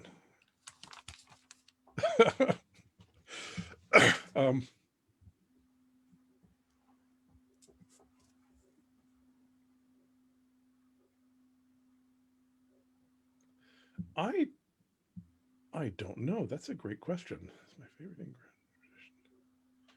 tradition. I'm gonna take a pass on that one. I don't know. There are lots. There are lots that I like, and I'm having a hard time sorting out which ones are specifically kingdom. I'm just gonna give the biggest stick jock answer ever in the entire world. I really like the constrained way that our fighting makes people fight in a specific tournament style. I love shield conventions. I love the corkscrewing rules. I love all of that. And I love it. People whinge about it sort of being like fake and sort of over formalizing fighting.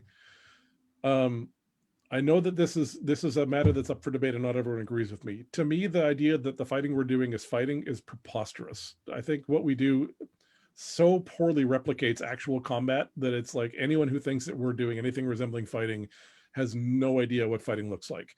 Single-handed swords would not cut through the kind of armor we're talking about. They wouldn't be indestructible. Shields weren't indestructible. It's ridiculous. However, what we do really closely replicates baton combat of the 14th century in formalized tournaments, and those had rules up the yin-yang. So the notion that it's a bad idea to have limited target areas and limit shield sizes and blah, blah, blah, blah, I mean, that works perfectly well with my conception of what we're doing in fighting. And I think it just makes a much more interesting game. I find fights with giant shields boring to watch and boring to do. I don't mind, I'll fight people with giant shields, but I find it boring. Yeah, I was talking to Havard, His Grace Ward, and he said something that I had never really put together, and that our conventions in Ontario are really so that the fighting is more enjoyable for the crowd to watch. And he's right. And I think there's nothing wrong with that. I think that's awesome. Yeah. It makes for really dynamic fighting, right? Yeah. Okay, if you had to recommend one event in your kingdom from someone out of kingdom to go to, what would it be? It would be Eagles from the 1990s. I don't know, like I'm like a time machine. What's that? You need a time machine. I need a time machine. I'm kind of out of the loop now. So like in terms of what event, I mean, I choose mostly my events by travel time right to my house more than by what's going to be awesome or what I expect my friends to be at. So since I mostly only go to kingdom events, it's not like there's any particular event that's more exciting than another. It's an excuse to get some pickup fights and a party in for the most part. But Eagles, there was a period before it got completely weird and got taken over by elves and Star Trek nerds, which, God bless them. Where it was a really cool event. The Varangians were sort of in full swing, and it had a lot of interesting artistry to it. The Merchant's Row was great. The fighting was spectacular. So I would say that. I'm not sure what modern event. I mean, for better and for worse, I kind of feel like most of the Kingdom events, the ones that I go to, because I almost exclusively go to fighting events, they're all very much of a muchness, right? I don't think there's any one that has a especially great site that it goes to, or that has an especially great format that it goes to. So it's much more a matter of who's there than the event itself. I think that's true because there's certain things that you have to do at those Kingdom events that they become pretty cookie cutter. Yeah. They don't actually have flavors. Yeah. Um, For better and for worse. I mean, there's upsides to that as well as downsides. I do kind of lament the sort of packed schedule. I guess I've already complained about this earlier. The way at a Crown event, it's so tightly scheduled that there's no room for improvisation or goofiness, or like for the king to sit down and have a nice meal or whatever. Everything is so choreographed. yeah, it's unfortunate. Okay, well, I was going to ask one more question, but I think what I'd rather ask is if you had talked a couple times about being on a panel earlier in the week, and if you could sort of drop what you're doing up in Theory, because you guys do, like, is it a monthly thing or a weekly thing? Oh, it's a weekly thing. Yeah. It started in Lionsgate. It's called the Lion's Den. There's a couple coming up that are actually pretty interesting. So it's a weekly talk. And the most of what they've been is one person giving a sort of a talk. So I gave one quite a while ago on the nine worthies and who they would be in Untier. Nergwe did one on persona development in his trip to Mongolia. In March, they're all panels. There's one coming up on sort of non-European personas. So there's a bunch of people who are, I think most of them First Nations of one sort or another, talking about how that plays in the SCA. And I want to say they're on Sunday nights, and they're called the Lion's Den. So if you look up Lion's Den on Facebook and scroll past all like the tattoo parlors and stuff, you'll find a pretty good thing. It turns out Lion's Den is a popular name for lots of things that you don't want to see in the SCA. So you can check that out. You can also, if you check the Lionsgate Facebook page, they have them. And I think they're on the Kingdom calendar now as well. Although, yeah, the description for mine was completely wrong, so I'm not sure how much you can trust the descriptions in the Kingdom website, but they're there. And I've seen a couple of them, or actually it's more of a participation thing because they're done on Zoom, and people can go into Zoom and you can ask questions and whatever. And they're really cool. So people should check that out if they're interested in more of a dynamic, interactive thing about local issues, really. Yeah. Well, yeah, and I think it's growing more and more beyond the local. It started as a baronial thing, and it's sort of become more and more Kingdom. And I think it's more sort of bracketed interactive. So the ones I've been to, including the ones I've done, have sort of been, there's a brief social period at the beginning, then there's like a more formal presentation, and then there's like a Q&A afterwards that sometimes goes on and on and on. Woohoo! Oh, cool. So well, yeah, as long as people are going, they sort of let it run. I think the one after the panel went almost to midnight. So. Oh wow, I didn't last that long. No more did I. I had to take off and do family stuff. This is there's all these amazing things happening in the evening, and I'm always busy doing either work or stuff with my family. So it's like I would love to go to that, but I'm not going to. Oh, I'd love to go. No, I'm not going to. Yeah, that's how I am too. Luckily, most of the things are recorded, and you can watch them at your leisure, which exactly is what I do. I get on the elliptical and I catch up on the things that I don't have time for when they actually go. So. Me too. I'm always a little bit sad with you guys. All the interviews I've watched, it's like, oh, I want to ask a follow up on that thing, and you never can because it's always recorded. But well, you can put something in the comments, and sometimes the people will come back and answer your questions. You could tag them. And my dog is telling me that it's time for us to stop. Okay. Anyway, so thank you so much, Antonio, for joining us. I've really appreciated it, and I'm serious about maybe having you on another time and sort of delving deeper into some of the stuff, because I think it's interesting and I think it's important, and I think you have a really sort of unique cerebral take. Yeah, you have a beautiful brain. Yeah, you really do have a beautiful brain. Oh, I do not have my calendar next to me, so I have an interview on Sunday morning at 11 o'clock with two Laurels from Drakenwald, and I'm totally blanking on the names because that's what you do. But they're both cooking laurels, and it looks like it's going to be a really good time. And then next week, we are talking to Giuseppe. oh, and Charles de Bourbon on Tuesday. So that's going to be a really fun week. I might have to join you for that one. I've never actually talked to him, and he also has a beautiful brain. Yes. So it's going to be a good week. So, yeah, should be cool stuff. Thank you everyone for joining us, and we'll see you next time. And we really appreciate you joining us and hanging out. Yeah, hanging out. It's up with us. quite a ride Thanks, for us. Antonio. All right, thanks. Right. Bye-bye. Bye.